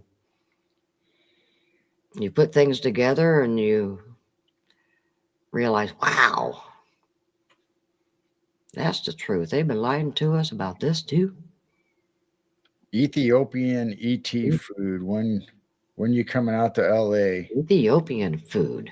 Well, I'm hoping that if Jesus gets his movie going, he said I could be. He said I could be in his movie. Not Jesus Christ. Talking about Jesus Payan Jr. When you said Jesus said you're going to be in his movie, it's just like, what? Yeah. So the Breaking Bad. Gonzo, he's got a movie that he's trying to get made, or a TV series. So he said there's a part for me if I want it, if the project goes through. So you never know, I might be coming out to Hollywood or LA and for a little while. And the other Jesus. It is funny when we say, yeah, Jesus is going to be on our show Sunday. What? And I do need to reschedule him. Yeah, he's a cool dude. Yeah, he actually does kind of want to go down some of these rabbit holes and let people think. I think it'd be cool if you end up being in his movie and being the junkyard man. Yeah, I don't know. You'd be perfect for it. He says he's got a part and he'll change it specifically for me, and or I would fit it, whichever way you want to say it. So I don't know. I don't have, maybe he was joking. I don't know. Maybe we're just having fun, but he said I could have it if I wanted it. Oh, there's So another one. We'll see. Or is that's the same one? He's just going around the corner. Man, we got critters all over the backyard. There he's sneaking in. Yeah. Oh, that one's got his butt up in the air. He doesn't like it. Is that our little feisty dude? He's not hopping.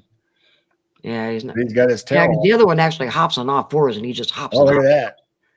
Had a little butt dance going on. Oh, my goodness.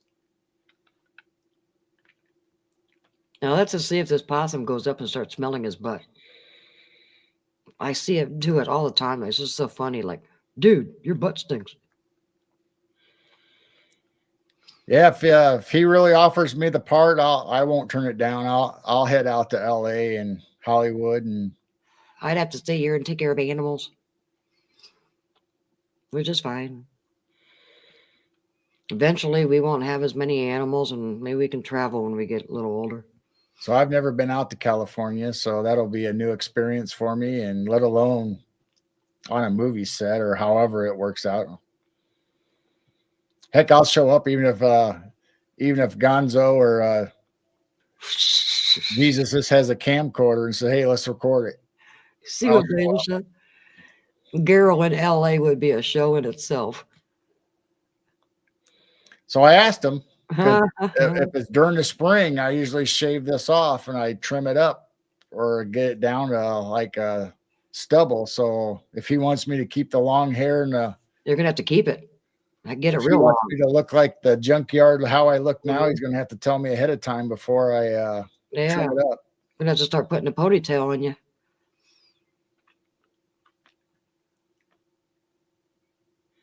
Yeah, you gotta act naturally.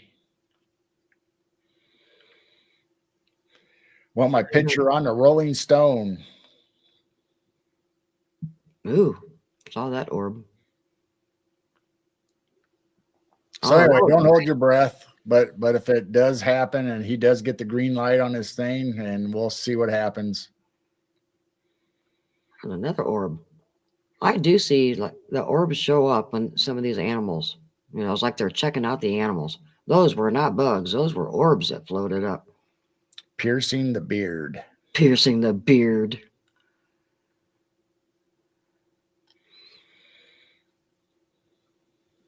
A beard implant.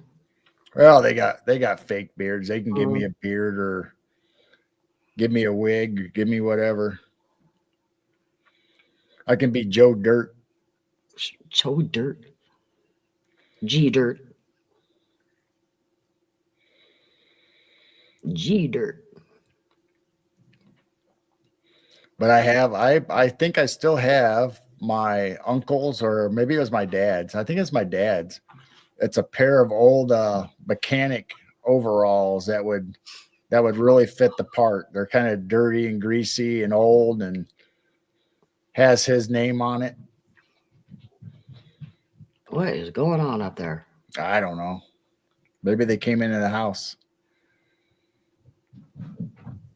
Oh my God, somebody's running. Maybe Sadie found that catnip mouse again. So I got an old mechanic's hat, and I got the old overalls that were dad's, and I got the boots. So I would fit right in as a automotive junkyard or whatever. Claudette says she saw 3 orbs. So what's fun, I can see the original camera, and it's usually a few seconds later you guys can see it. So we get to see it first, like, hey, orb alert. You've never seen me without my beard? I've been on shows Last without year. my beard. Well, maybe Riley wasn't a part of our That might subscribers be. last year. Yeah, you might be just these last few months, subscribing to us. So this is almost a year's growth. So when spring hits and it gets warm and it's here to stay, I usually shave it down and keep it down for a while, but then I get tired of shaving, then I just let it grow out again. 2 possums. Oh, look at that. Yeah, 2 possums. See, they still walk like they got toilet paper on their butt. See, that one doesn't look That like was a nice that orb. one don't look like a possum when he's sitting on his butt and has his tail tucked in. Orb alert. Oh, look at that. He's chasing the ball. Oh, he went after the skunk and possum. He must be hungry. There was a mean possum last year. Remember the little one eye? We lost one eye. But the one eye possum, there was a certain possum that if he saw him, he ran. He ran away. Wow. It's nice seeing the orbs again since the wind's going away and rain. Man, what a mean little guy. I feel bad for the other ones that get attacked like, hey, man, what did I do? I'm just trying to eat. Yeah, skunks usually don't spray unless they're really charged or, they're really threatened or you corner them or another animal's really fighting them.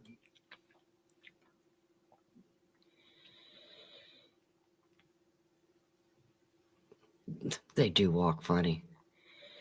Well, they got that weird back end. God, yeah. With the point going to their tail.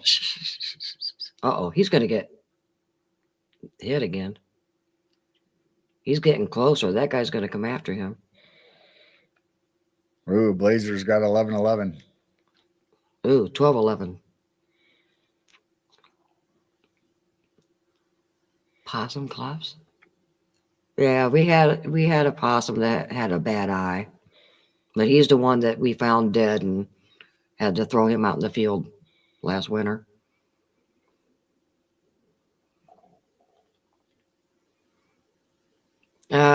They go after whatever is left from the bird feed. We've got peanuts out there the blue jays didn't all get, or the squirrels. I throw bread out there for the birds. There's usually some bread still kicking on the ground. Sunflower seeds, peanuts. I throw whole corn out for the rabbits and the squirrels. There's scratch grain. The chicken scratch grain is good for the ground birds, like the sparrows and stuff. And once in a while, if there's like a potato skin or, like old ham or something, I'll throw it out for them. Especially since they're fun on camera. You can't chase them away. We've been here 20 years. We used to go outside and scare everything away on the front porch. We're on the edge of town. You cannot keep these things out of your yard unless I stop feeding my birds. And I'm not going to stop feeding my birds. I mean, they'll eat the shells. They don't care if there's not a sunflower seed in it. They're like little vacuum cleaners and they eat the shells. So it's mainly bird feed, whatever they didn't eat during the day. And right now there's some old peanuts that I'm trying to use up because they're buggy and worms, they're going to turn into moths. And they don't care if they're buggy, so I'm trying to throw out these old peanuts so we can get a brand new bag.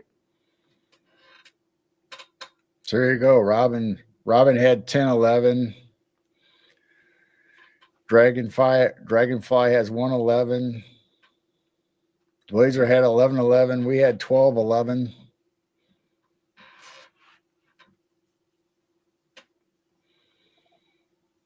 And I'm still seeing 1, 2, 3, 3, 2, 1, 3, 1, 2. Those three numbers. Bigfoot's got 420. Bigfoot's got 420. And you guys do know that you probably won't find eggs here in a few weeks because the Easter Bunny is going to be stoned because Easter falls on 420. So I know darn well there's going to be memes floating all over Facebook and all these places like, yeah, Easter's on 420. Easter Bunny's going to be stoned. You may not be getting eggs. Who knows what we're going to be getting? Gummy. Oh, yeah, we might get gummies this year. Yeah. That is funny. We're going to have a 420 Easter. High time for all.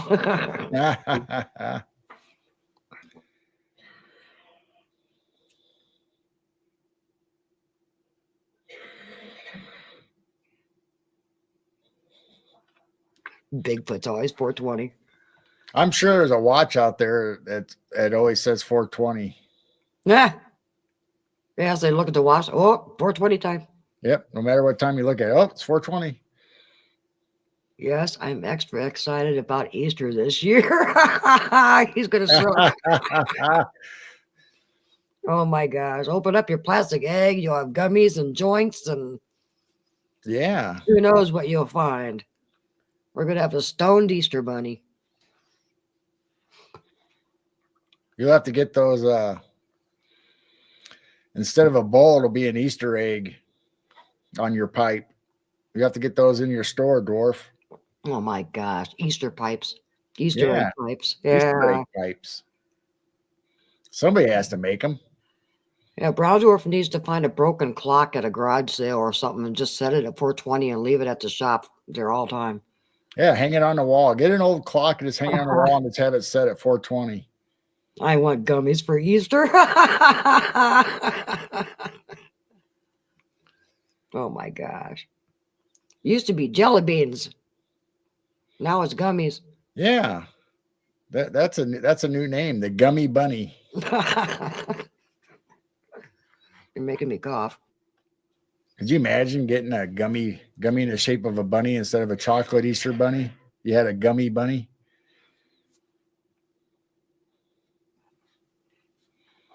He has risen, he has risen. Or rosin. But the pharmacy has some kind of Easter sale. Yeah, but all the dispensaries are going to have some good Easter sales going on.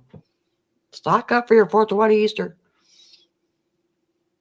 My wife eats CBD gummies, 250 milligrams.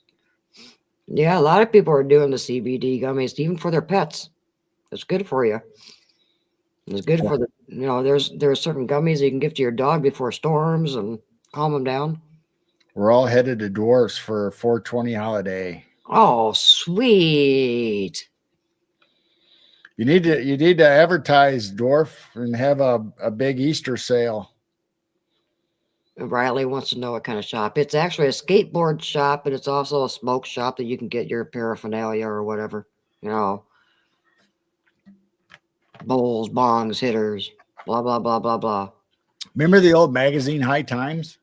Yeah.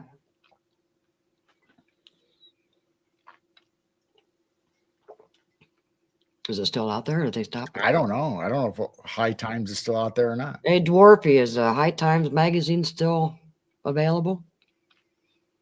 Might have to bring it back. Yeah, I might have to bring that back. 420 Easter Nug Hunt. Oh my gosh. That's so funny. Well, these days you can just go into a regular smoke vape shop and they've got gummies and they've got THCA and you can get all kinds of stuff without going to a dispensary and paying double the price. Oh, I just saw something running in the back. I don't know if I did too. I don't know if it was a skunk or what, but it looked like it was black. Yeah, I did too. But I didn't. I What saw a is run. that? I saw a run behind there. Oh, that's a skunk. Yeah, it's a skunk. Yeah, I see him now. He's trying to find his way in without being detected or attacked. Oh, Blazer. Now what? Puff, Passover. High Times is still around. Oh, wow. They threw some events up north several years back.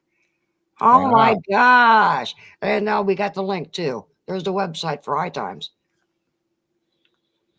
Wow. High Times was first printed in Syracuse, New York. Wow. So they are still out there. Wow. I can imagine what's in those magazines now. Yeah, who knows? Jeez. They probably list all the different strains and. Well, there's so many strains and Dragonfly trip out.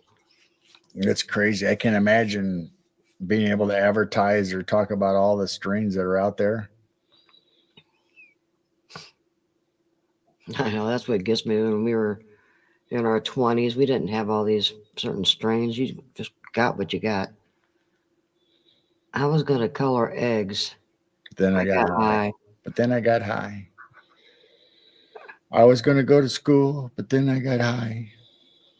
We're going down a rabbit hole at dwarfs in 420. Ooh. Oh, I just thought of something. Hey, Clay, you need to get your AI music going and come up with some 420 Easter song. That would There be you go. hilarious. That would be hilarious. Oh my gosh. And then post it on your channel. You could probably do something with "Here Comes Peter Cottontail." You could probably change that somehow. He's probably already doing AI artwork for the 420 Easter. Oh my god. We had a possum leave. Yeah, it just had a possum leave. The other one's looking behind him. There's got to be someone that's. I think the skunk's back there. He's probably cussing him out or something. Like, I want to spray you, dude. Oh, there he goes in the background. I see him. He's still circling. Oh, jeez. Oh, there he goes again. Like, come on, dude. I want to come in. There's all kinds of activity in that second driveway. And by the way, guys, on the other side of all that little wooded area, that is where I heard that audible voice 1 o'clock in the morning saying, hello. That sounded like a little robot voice. That was very audible. And it sounded like me using my little frequency thingy when I was saying hello in it, if anybody remembers all that. And I was standing, by the back door, and I heard hello out loud, and it was right over there behind these trees in the second driveway. That's how close whatever it was that said hello in an audible voice. Spooked me. I went running in the house. I mean, I've heard whoops and all kinds of weird noises, but when you hear something go, hello, yeah, that was a little spooky. So in between the bushes and stuff, we have a grassy area that goes out to a white rock to this barn. Yeah, that's the big giant double doors for the barn. Is on that the machine shed that they kept the combine in for the farm. Probably robot grandma. No, I've got these little, like they're pitch pipes, tuning pipes that you can use for violins and guitars, and choir singers use it, that they do a pitch before the person, they sing the song. And I'm out in the backyard just going, hello. And it sounded like a little robot, saying hello, but I wasn't doing it real loud. And then the next night it sounded identical. Either I time traveled or it was me. They recorded me saying it, but it sounded like a little, hello robot, which I do have a little thingy around here. I don't feel like getting it out. I'll probably start coughing. Allergies is really starting to kick in here.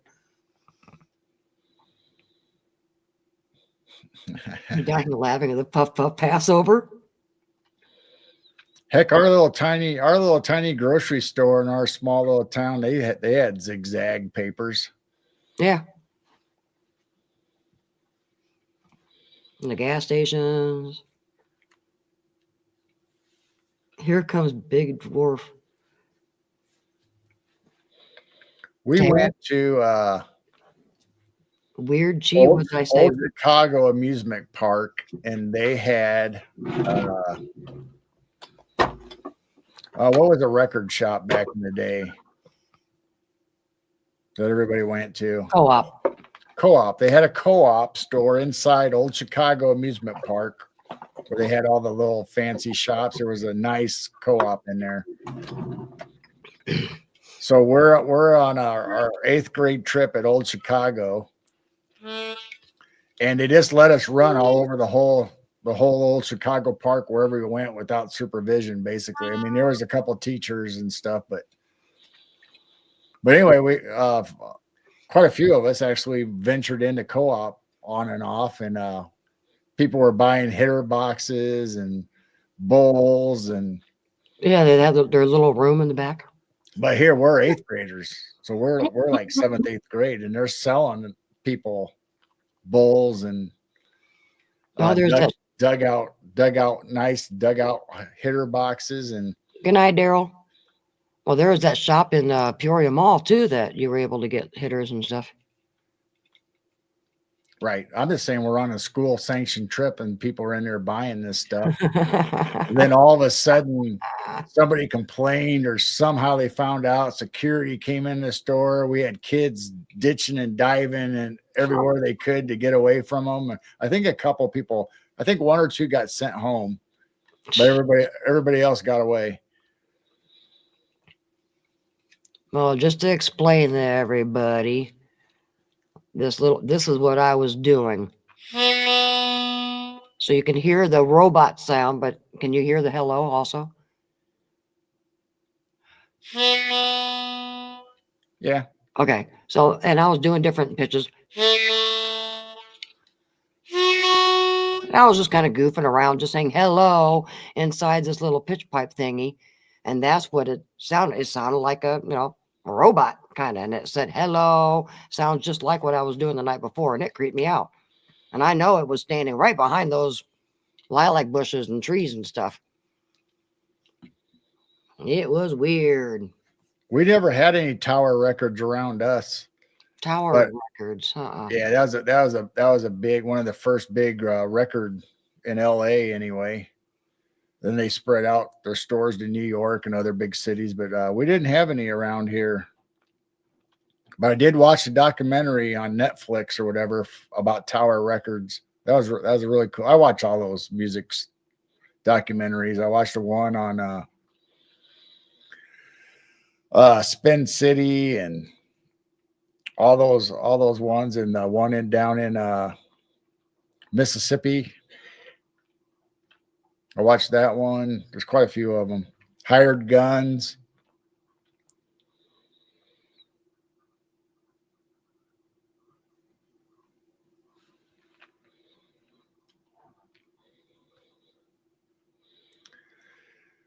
Yeah, back in the 70s and late 60s for me, I mean, it was pretty prevalent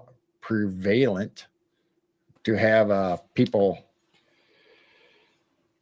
giving out weed or passing a joint or whatever. It didn't matter who you were. That was here around our small farming community. I mean, there was, of course, we had bands.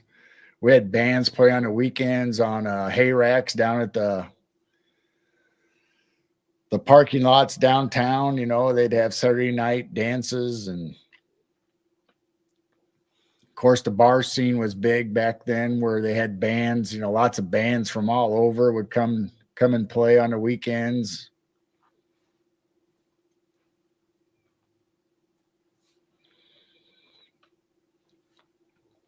My cousin actually was a drummer.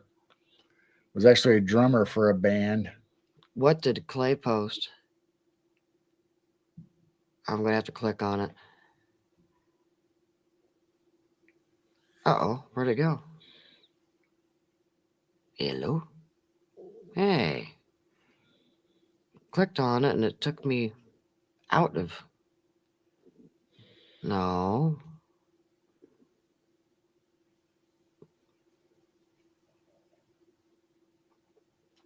Says I have to sign in to Ideogram. What in the heck is Ideogram?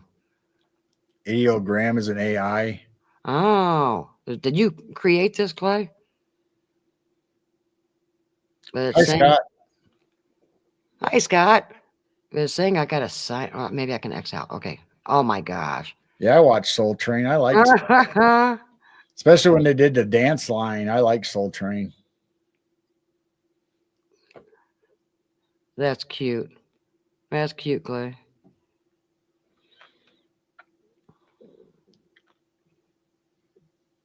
Soul Train, yeah. American Bandstand. We grew up in the good old days of the 60s and 70s. I think that was a good time to grow up. Yep. Actually, we didn't grow up. I don't want to grow up. Because I'm a Toys R Us kid. I'm a Toys R Us kid. Uh-oh, be right back. I know what he's doing. Oh no. I know what he's Why doing. is it 420? Yeah, be right back. Yeah, right. We know what you're doing, Dwarfy. And guess what? We got stars out. The clouds are gone. We got stars out. Yeah, you go to the garden cam and switch since we just got a possum. We haven't seen stars in what, like 4 or 5 nights. It's been so cloudy and stormy on and off, and I should have said something wow. earlier. I took it all the way down. I just now noticed. So I think all the clouds have finally Which one? disappeared. Garden cam.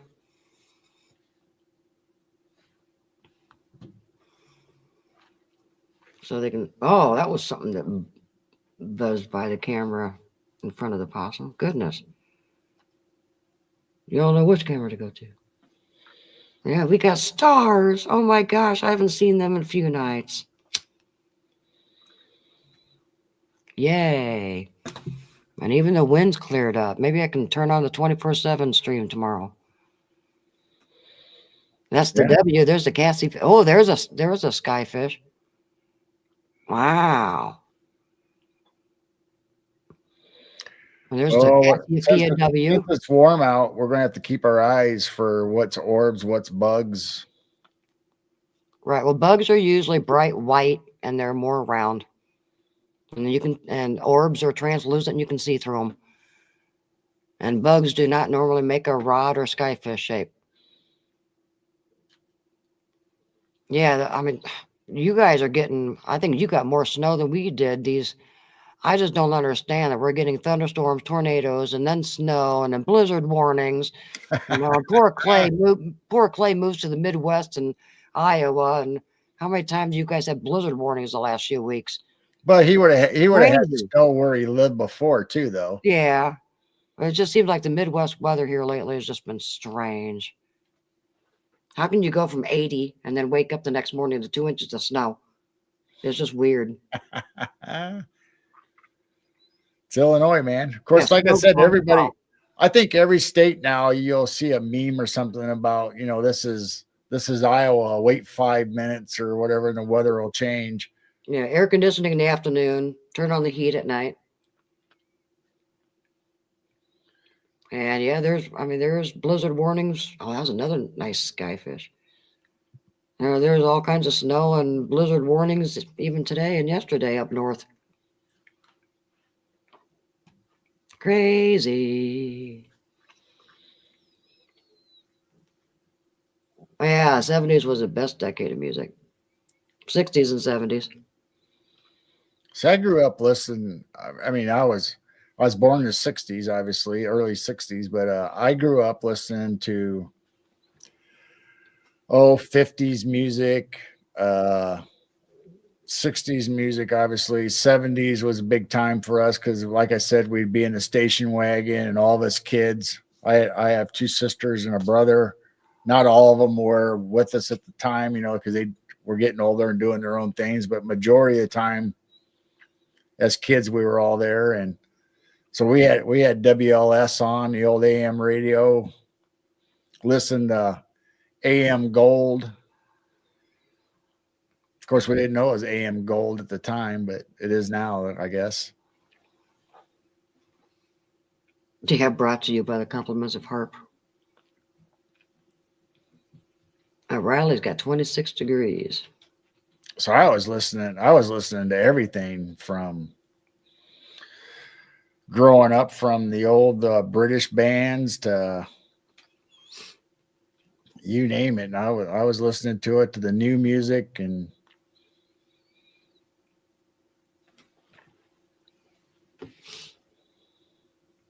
I mean, heck, in college, I took classical music theory and jazz, and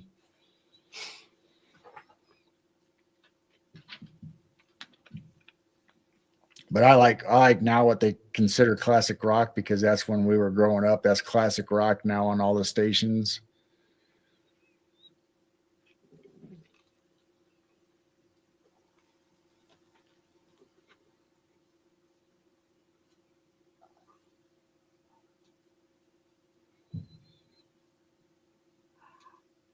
There was conspiracy around his death. I didn't know that. Oh yeah, I mean What? I remember listening to him live on the radio when he was talking about his life being threatened, and Men Oh, in Black coming out to the high deserts to find him and threatening oh! him, and I just thought he passed away of old age or some that's kind of why mental that's why he initially that's why Oh, he initially stepped down from I don't think it was Coast to Coast then. It might have been, but then he came back and started his other In the Desert. his son was assaulted. So yeah, he had a lot of stuff going on and people Wow. threatening him. And like I said, I remember listening. I listened to Art Bell all the time live back in the day, and especially right towards the end before he gave up the radio. The first time when he was having guests come on and host his show for him, he was hardly ever on anymore. He had some health problems, and then I remember specifically that night he was talking about he was kind of being secretive, not really telling you exactly, but what it came down to is he finally just said that it 3-letter agency or Men in Black have been showing up. Wow. I remember Wolfman Jack. Oh yeah, Wow. the Midnight Special. Wolfman Jack. Ray Kirschman's Midnight Special, and Wolfman Jack was on there, and all the good bands. And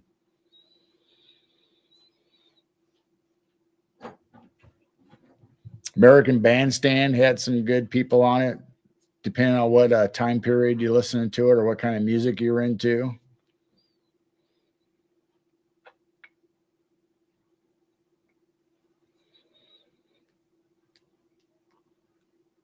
Tijuana Broadcasting.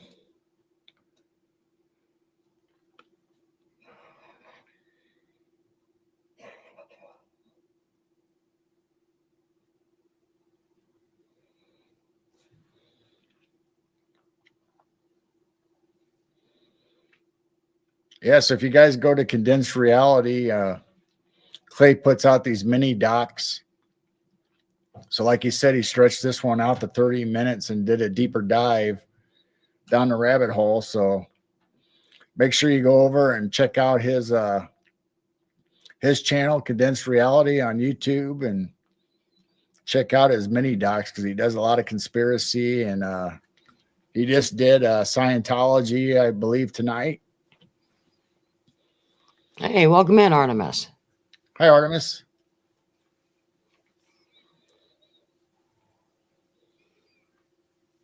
I fell asleep listening to Wolfman. Wake up to a dead battery. I used to fall asleep listening to Art Bell.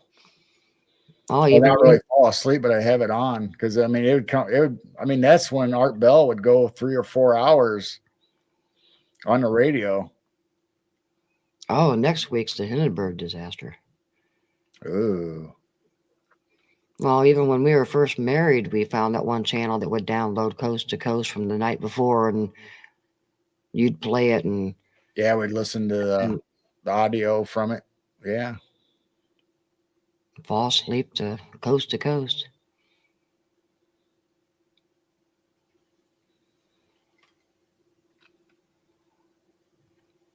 Yeah, Captain Kangaroo. That was a good one. Yeah, that was a good one. Captain Kangaroo. Yeah, you guys would really enjoy Clay's mini docs. They're great.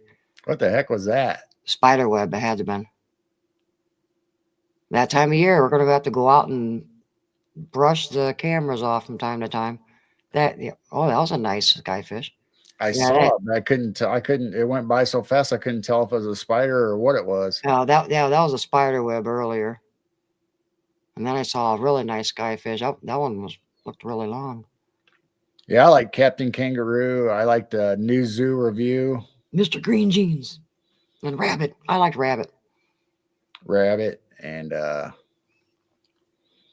Mr. Moose.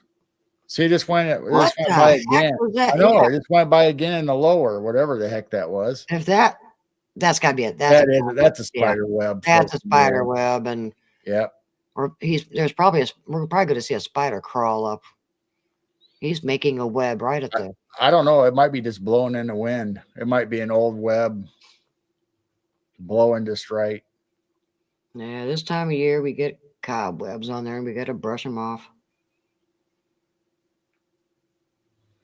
Yeah, I'm seeing some nice things flying around in the sky. That cobweb's gonna interfere though, doggone it. Yep. Yep. Mr. Ed. How long have we been married? We just had our 20th anniversary in February. Yeah. 20 years. And she hasn't killed me yet. You haven't kicked me out yet. And we put up with several teenagers through the years, and that's why we're both so gray. No, this is not blonde. This is gray. The lighting makes it look blonde. Yeah, grandfather clock, Mr. Moose. Yeah, Mr. Moose. Oh, yeah. Mr. Moose. And Mr. Ed. I loved Mr. Ed. Bunny. I had a Mr. Ed puppet, and I wish I would have taken that from my mom's house when she moved. I always laughed so hard when Mr. Moose would make all those ping pong balls come down. And then Bunny would just put bunches and bunches of carrots on the desk or whatever, and got Captain all flustered. He'd always go down below and plop these great big bunches of carrots on the desk all the time.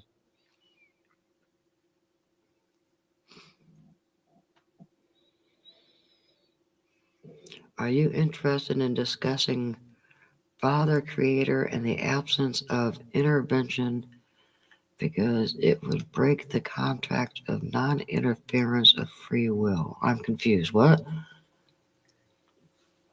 I don't know. We talked about the books of the Bible for a while, and yeah, we were talking about the Apocrypha books earlier tonight.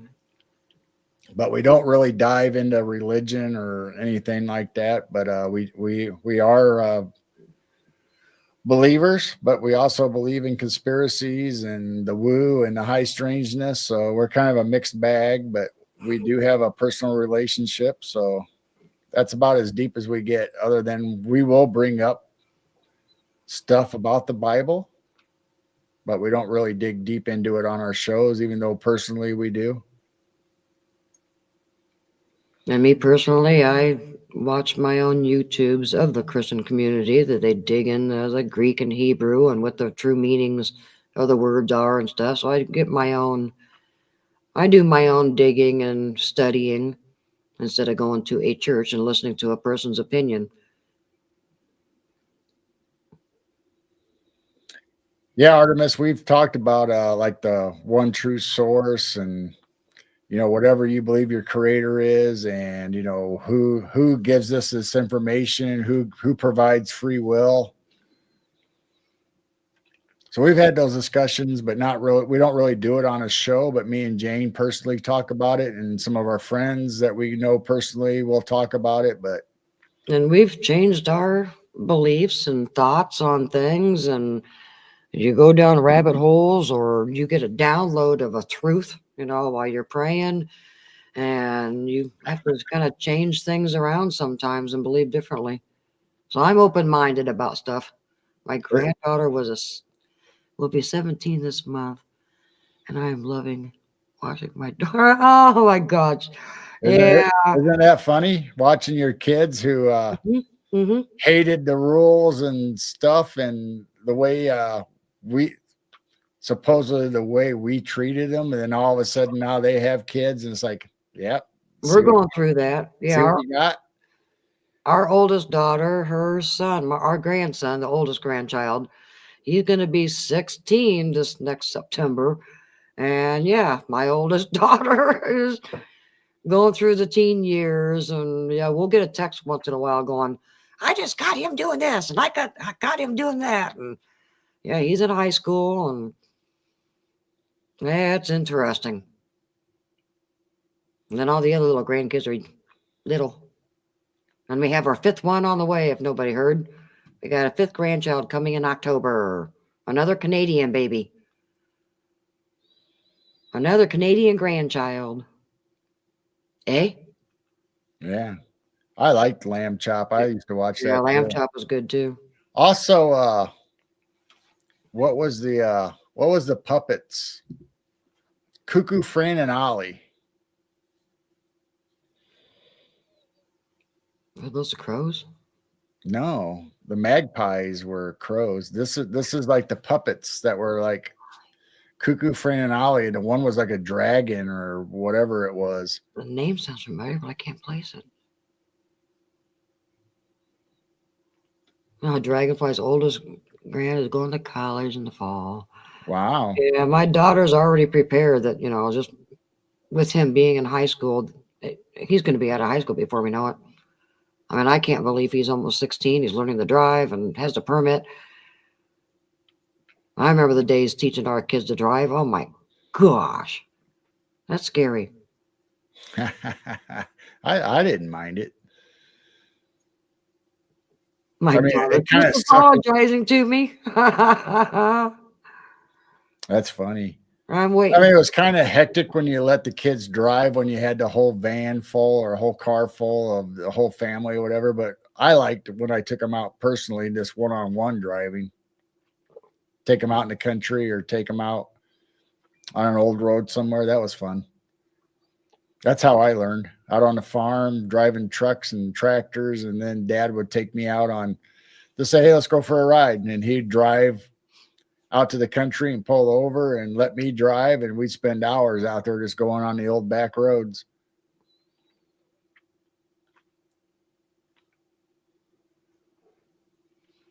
Yeah, we think our kids grew up fast. I think grandchildren grow up faster. It was just like time is really flying by. I can't believe it's April. What the heck? Yeah, Cuckoo, Fran, and Ollie. Okay, that sounds familiar.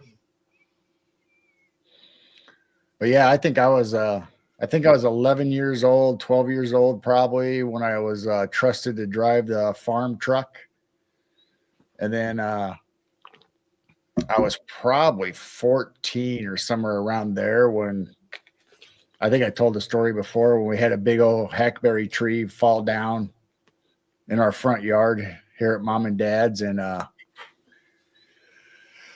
my brother and the brother-in-laws and dad would all cut it up, and it was my job during the day while they were all at work to fill up the old truck with all the brush and branches from the yard and piles that they collected. So I made 3 or 4 trips every day at 14 years old, driving the truck out of town to a farmer's place and dumping the wood and stuff and sticks into an old ravine that they were trying to fill up. Never ever got stopped. Never ever got questioned why I was driving the truck. I'd go through town and go out on the highway to get to the farmers. And Robin, same here. My mom had a stick shift, and I had no choice but to learn stick shift. I'm glad I did. Yep, I learned stick early on. Actually, I learned the 3-speed on the tree. Mm-hmm. With the one old truck, and then obviously the farm truck, that was a different animal all of itself because it was like a grain truck. And Scott said, I live in the sticks. Yep, kids spend all day on their computer or their phones or their tablets. We were outside constantly. Flashlight tag, June bug races, toad races, catching fireflies. Yep. Throwing bugs and garden spider webs. We used our imagination back then. We even drank out of garden hoses and we survived. Well, the water was better then. Yeah. These days you turn on the Even if faucet, it was coming through a hose, it was still better than coming out of the taps. all I smell now is chlorine. It's horrible. Mm-hmm. I think it's stronger too.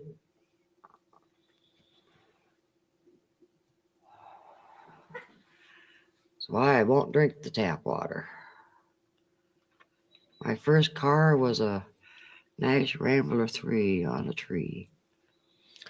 I can't remember what car it was, but this girl, well, I won't say her name.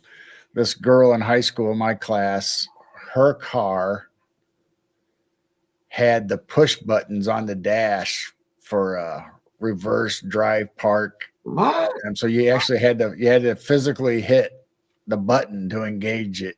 Hmm. It looked just like a car radio buttons, kind of, but it was little buttons on there, and it had R and drive and all that in there, neutral, and Sleeping in the backyard, seeing all the stars. Now, if oh you sleep yeah. in the backyard, you'll have Sasquatch peeking in your tent. See, we spent so much time out on the river, on the beach, sleeping.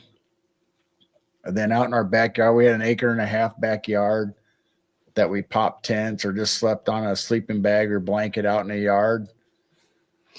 I don't ever remember anything happening I think that I would consider strange or noises, other than a dog or a possum or a coon or, something like that was weird to us, but at night, but I think there's stuff out there, but I think it's more now. I think it's increased to the point that there's so much activity if you camp out now compared to many years ago.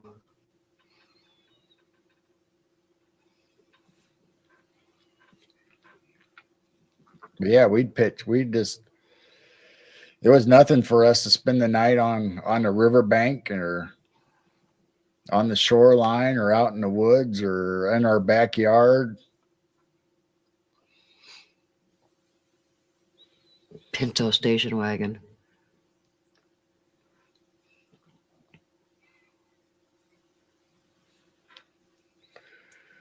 Well, I'm trying to think. I didn't drive any of them other than moving them from like maybe the driveway to the side yard or the basketball court or whatever you'd want to call it. We had Galaxy 500s, but I never drove those on the road. My brother drove them. Man, they had a big engine in it, and that thing would haul, but I didn't get to drive those other, like I said, maybe moving it. So the first car that I actually got to drive was the 65 Mustang Coupe, which was one of the cars that Dad bought, and then it got passed down through all the kids. I think every one of us kids drove it. I ended up with it. So mine was a 65 Mustang, but it wasn't a show car or anything pretty like people have. Like I did. This has rusted floorboard and rusted wheel wells, and because it went through all the kids and it sat outside all the time, and we drove it in the winter, and I mean it was just a car. We just drove it, so it wasn't a collector's item then, and it was probably used when Dad got it. So my first car was a 73 Mach 1. 351 Cleveland mag wheels. I'd shift that thing down to second. I'd pass people so fast. It was great. The insurance was ridiculous, though. So I had a 78 Ford Cobra. So we traded the Mustang in, and Dad let me get the Ford Cobra.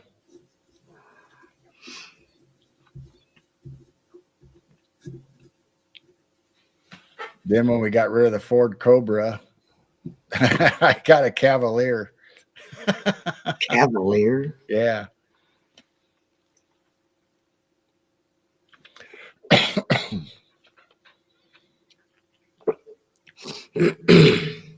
My dream car is still a Chevelle. Yeah, my friends, a couple of my friends had old Chevelles. 82 Mustang. What year was our daughter's Mustang that was your nephew?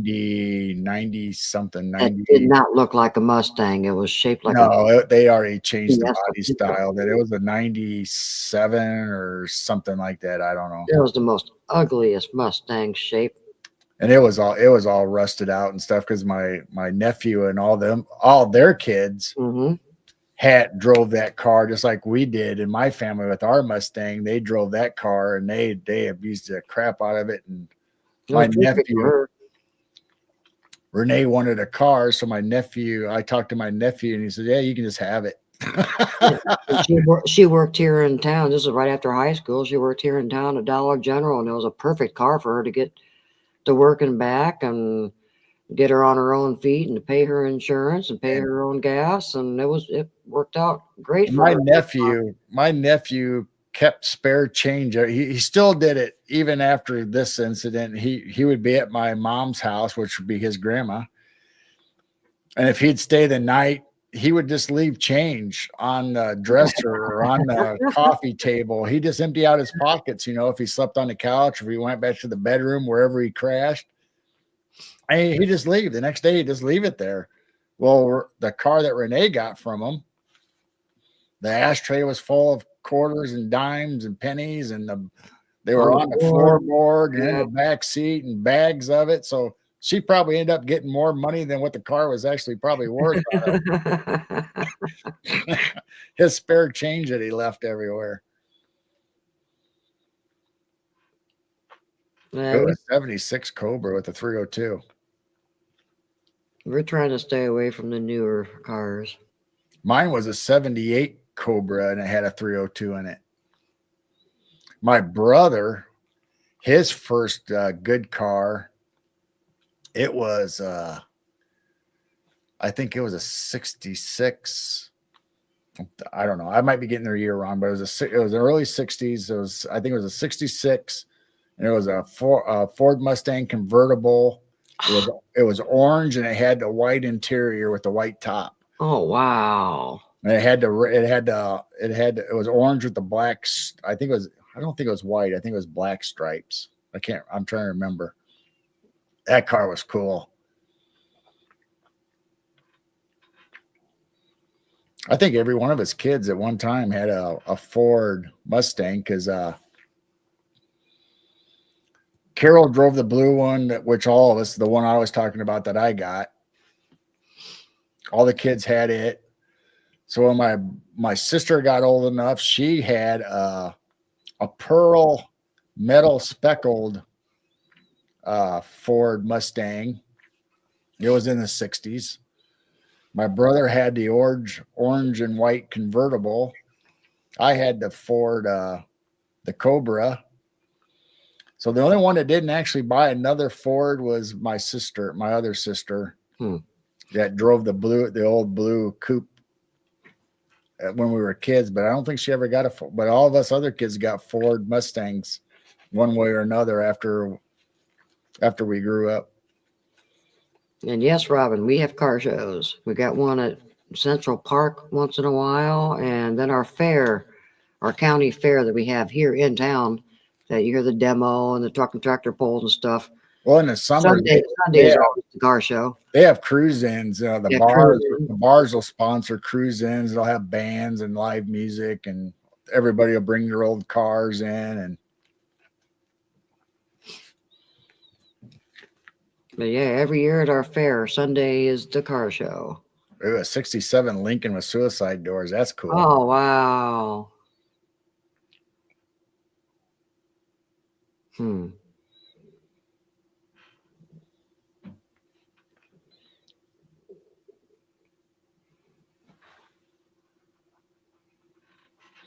Yeah, so they'll have live bands and beer gardens, and depends on if the downtown bars have it. At the time when I was growing up, the bowling alley would have the biggest beer garden because they had their own property. It wasn't just the city sidewalks and the street or whatever. They actually had room to have a big beer garden and bands. And the marina would always have bands and people would drive their nice cars down there. But the cruise-ins, that's when our town actually had two ways going down the main drag, so everybody cruise. Hmm. So you can go back and forth, almost like American Graffiti, where you'd see people drag race or rev up their cars and go by each other and have all that stuff going on, which was always fun. But we had a loop that we could drive all night long, and nobody ever cared. And then all of a sudden, they changed it to one way. Years and years though, after the fact, they changed it to one way. You kids are driving everybody crazy.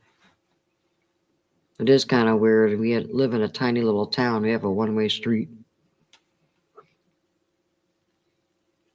Yeah, Cobras were cool, man. Babe magnet.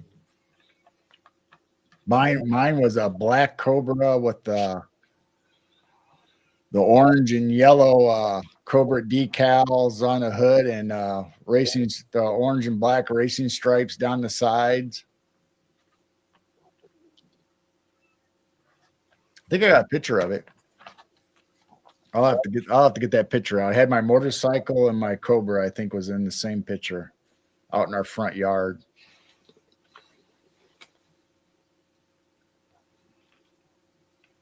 Axe throwing. Axe throwing. I've thrown axes, but it wasn't in a sport or. I don't think we have any axe throwing around here. Do you recall any axe throwing? No, never around. I mean, I'm sure if you go to the bigger town somewhere, they probably have a club or somewhere where they have it. I'm sure of it, but no, a farm community. I mean, there ain't nothing that nobody hasn't thrown an axe against a tree or to get it to stick, or but not competition or fun wise. This was just playing around. Same thing with knives. I mean, knives. We'd have Bowie knives or whatever, farm knives, and you'd throw them and learn how to stick them in trees or whatever. A 55 T-Bird. I'm trying to think. I don't know if anybody around here, I think there might have been one 55 T-Bird.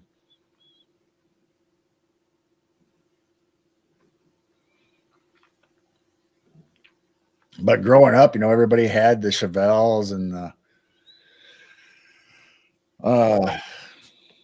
what else did they have? They had the Mustangs and Corvettes and the Chargers, and they had all the cars that everybody thinks, the cars that are cool that everybody wants now. They all had it, and then the Road Runners and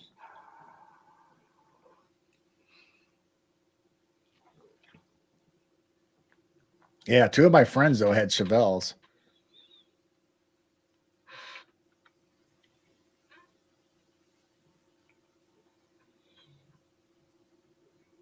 His Chevelle, the one that I rode in all the time, had trying to think if it was a 67. I don't know. I can't remember the year. It was in the 60s. There's a Chevelle. Maybe it was a 70. Maybe it's close to a 70. But anyway, it's a Chevelle, but he was doing the work himself. We me and a couple buddies and him, we rebuilt the engine. We actually pulled it out, rebuilt it, redid everything on it, put it back in, transmission. And then we were doing the body work, and he liked, for whatever reason, whether because he couldn't afford it or whatever, he kept it as a primer. It was like that reddish brown kind of primer look. So all he'd do is go down, and buff it out, and then go to get a fresh can of paint and spray paint it, and it looked like it did the very first time, So he kept it like that all the time. Yeah, I think you're right, Firewater. We haven't seen him in a while. Yeah, he disappeared on us. He's probably still listening. He's just sitting back, enjoying himself. I can always summons him again. Let's see, where is it? Dwarf. Dwarfy, where are you? Warning. No, you got to do it like he does. I can't. Dwarf, please come to the office. Dwarf, please come to the office. Now. A green Chevrolet. Or Chevelle, I'm sorry. Chevelle. Chevelle. I was going to talk about old cars. I got high. Yeah. I was going to go to school, but then I got high. I was going to go to work, but then I got high.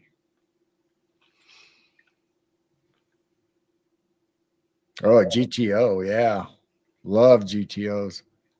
Of course, I like all those muscle cars. I mean, my gosh. They're all such classics.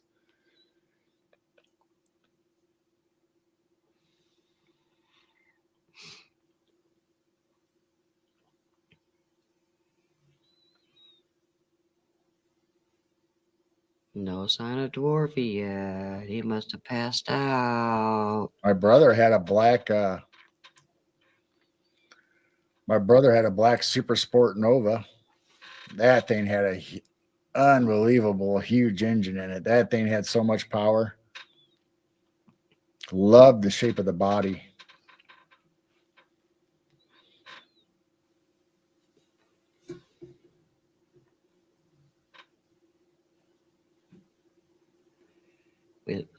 I was going to say we lost our critters, but here comes a skunk walking around. Here comes a skunk. Here comes the skunk. Here comes the skunk. Looks like we're getting clouds again. I only see a couple stars. Doggone it. Well, at least we saw some stars for a while.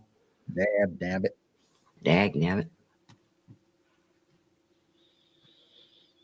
Oh, wow. They were married in 55. And 57, they about matching. One green and one red. Oh, cool. Wow. Cool.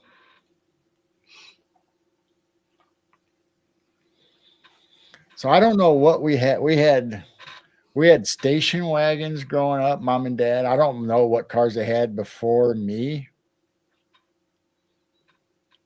I mean, I have one picture of dad in a car, but I mean, dad was graduated in 1940, so his cars obviously were the older, not the muscle cars that we think of, but I remember we had old station wagons. We had Ford Galaxies. We had Chevy trucks, and we had a couple Ford trucks.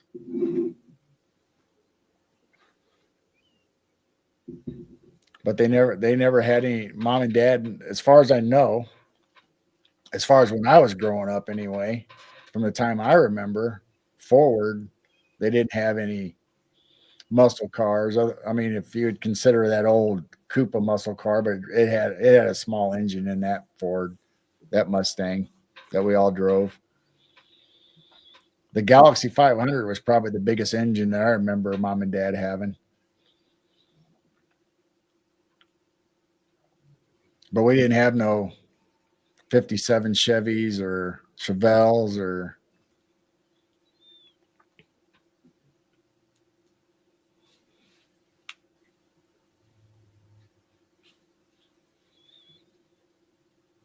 but the old station wagons, those were fun. Everybody in the back laying around or fold up the seat so you can look out the back window and no seat belts. No seat belts. Yep.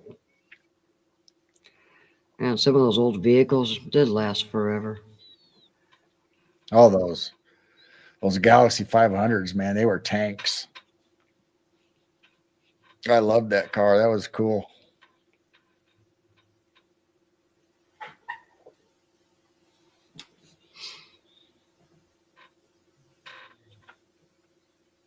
I'm older than dirt.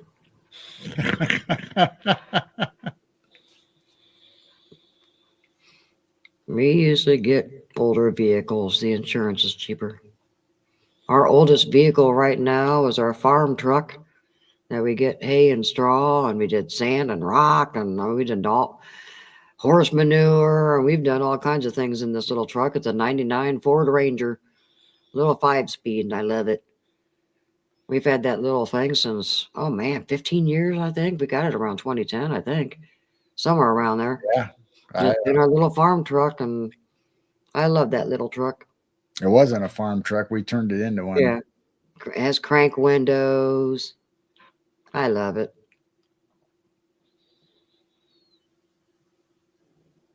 I think I've bought 2 new cars in my whole life. Other than that, it's always been used cars or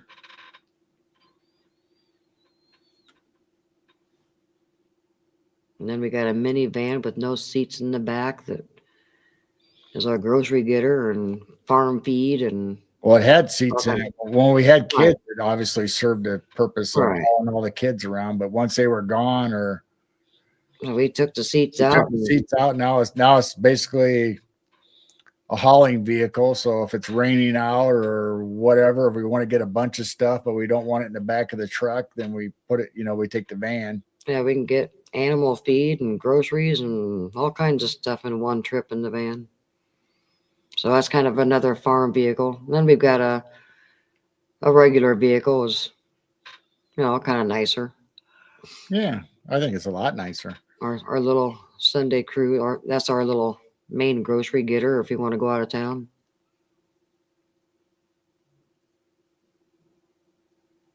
Which and that's an older vehicle. What is it? At 2012, something like that. Yeah, it's a Isn't that 2012. It's a 2012, but it's a real nice. Your uncle took care of it, and it's really nice.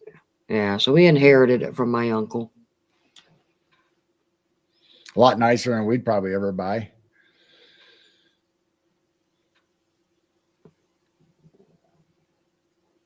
Plymouth Duster. I remember the Dusters. Yeah, Plymouth Duster. My Yeah. parents bought a new one in the late 70s. My aunt. Oh, My aunt. you wrecked it? Oh no. Oh, wait. Guess who snuck out one night in it after they went to bed and wrecked it? Oh, I bet that was a fun night for you, Firewater. Oh my.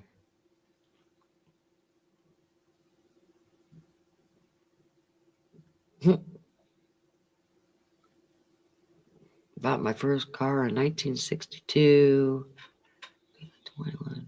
Paid cash. Yeah, car payments are hard. Yeah.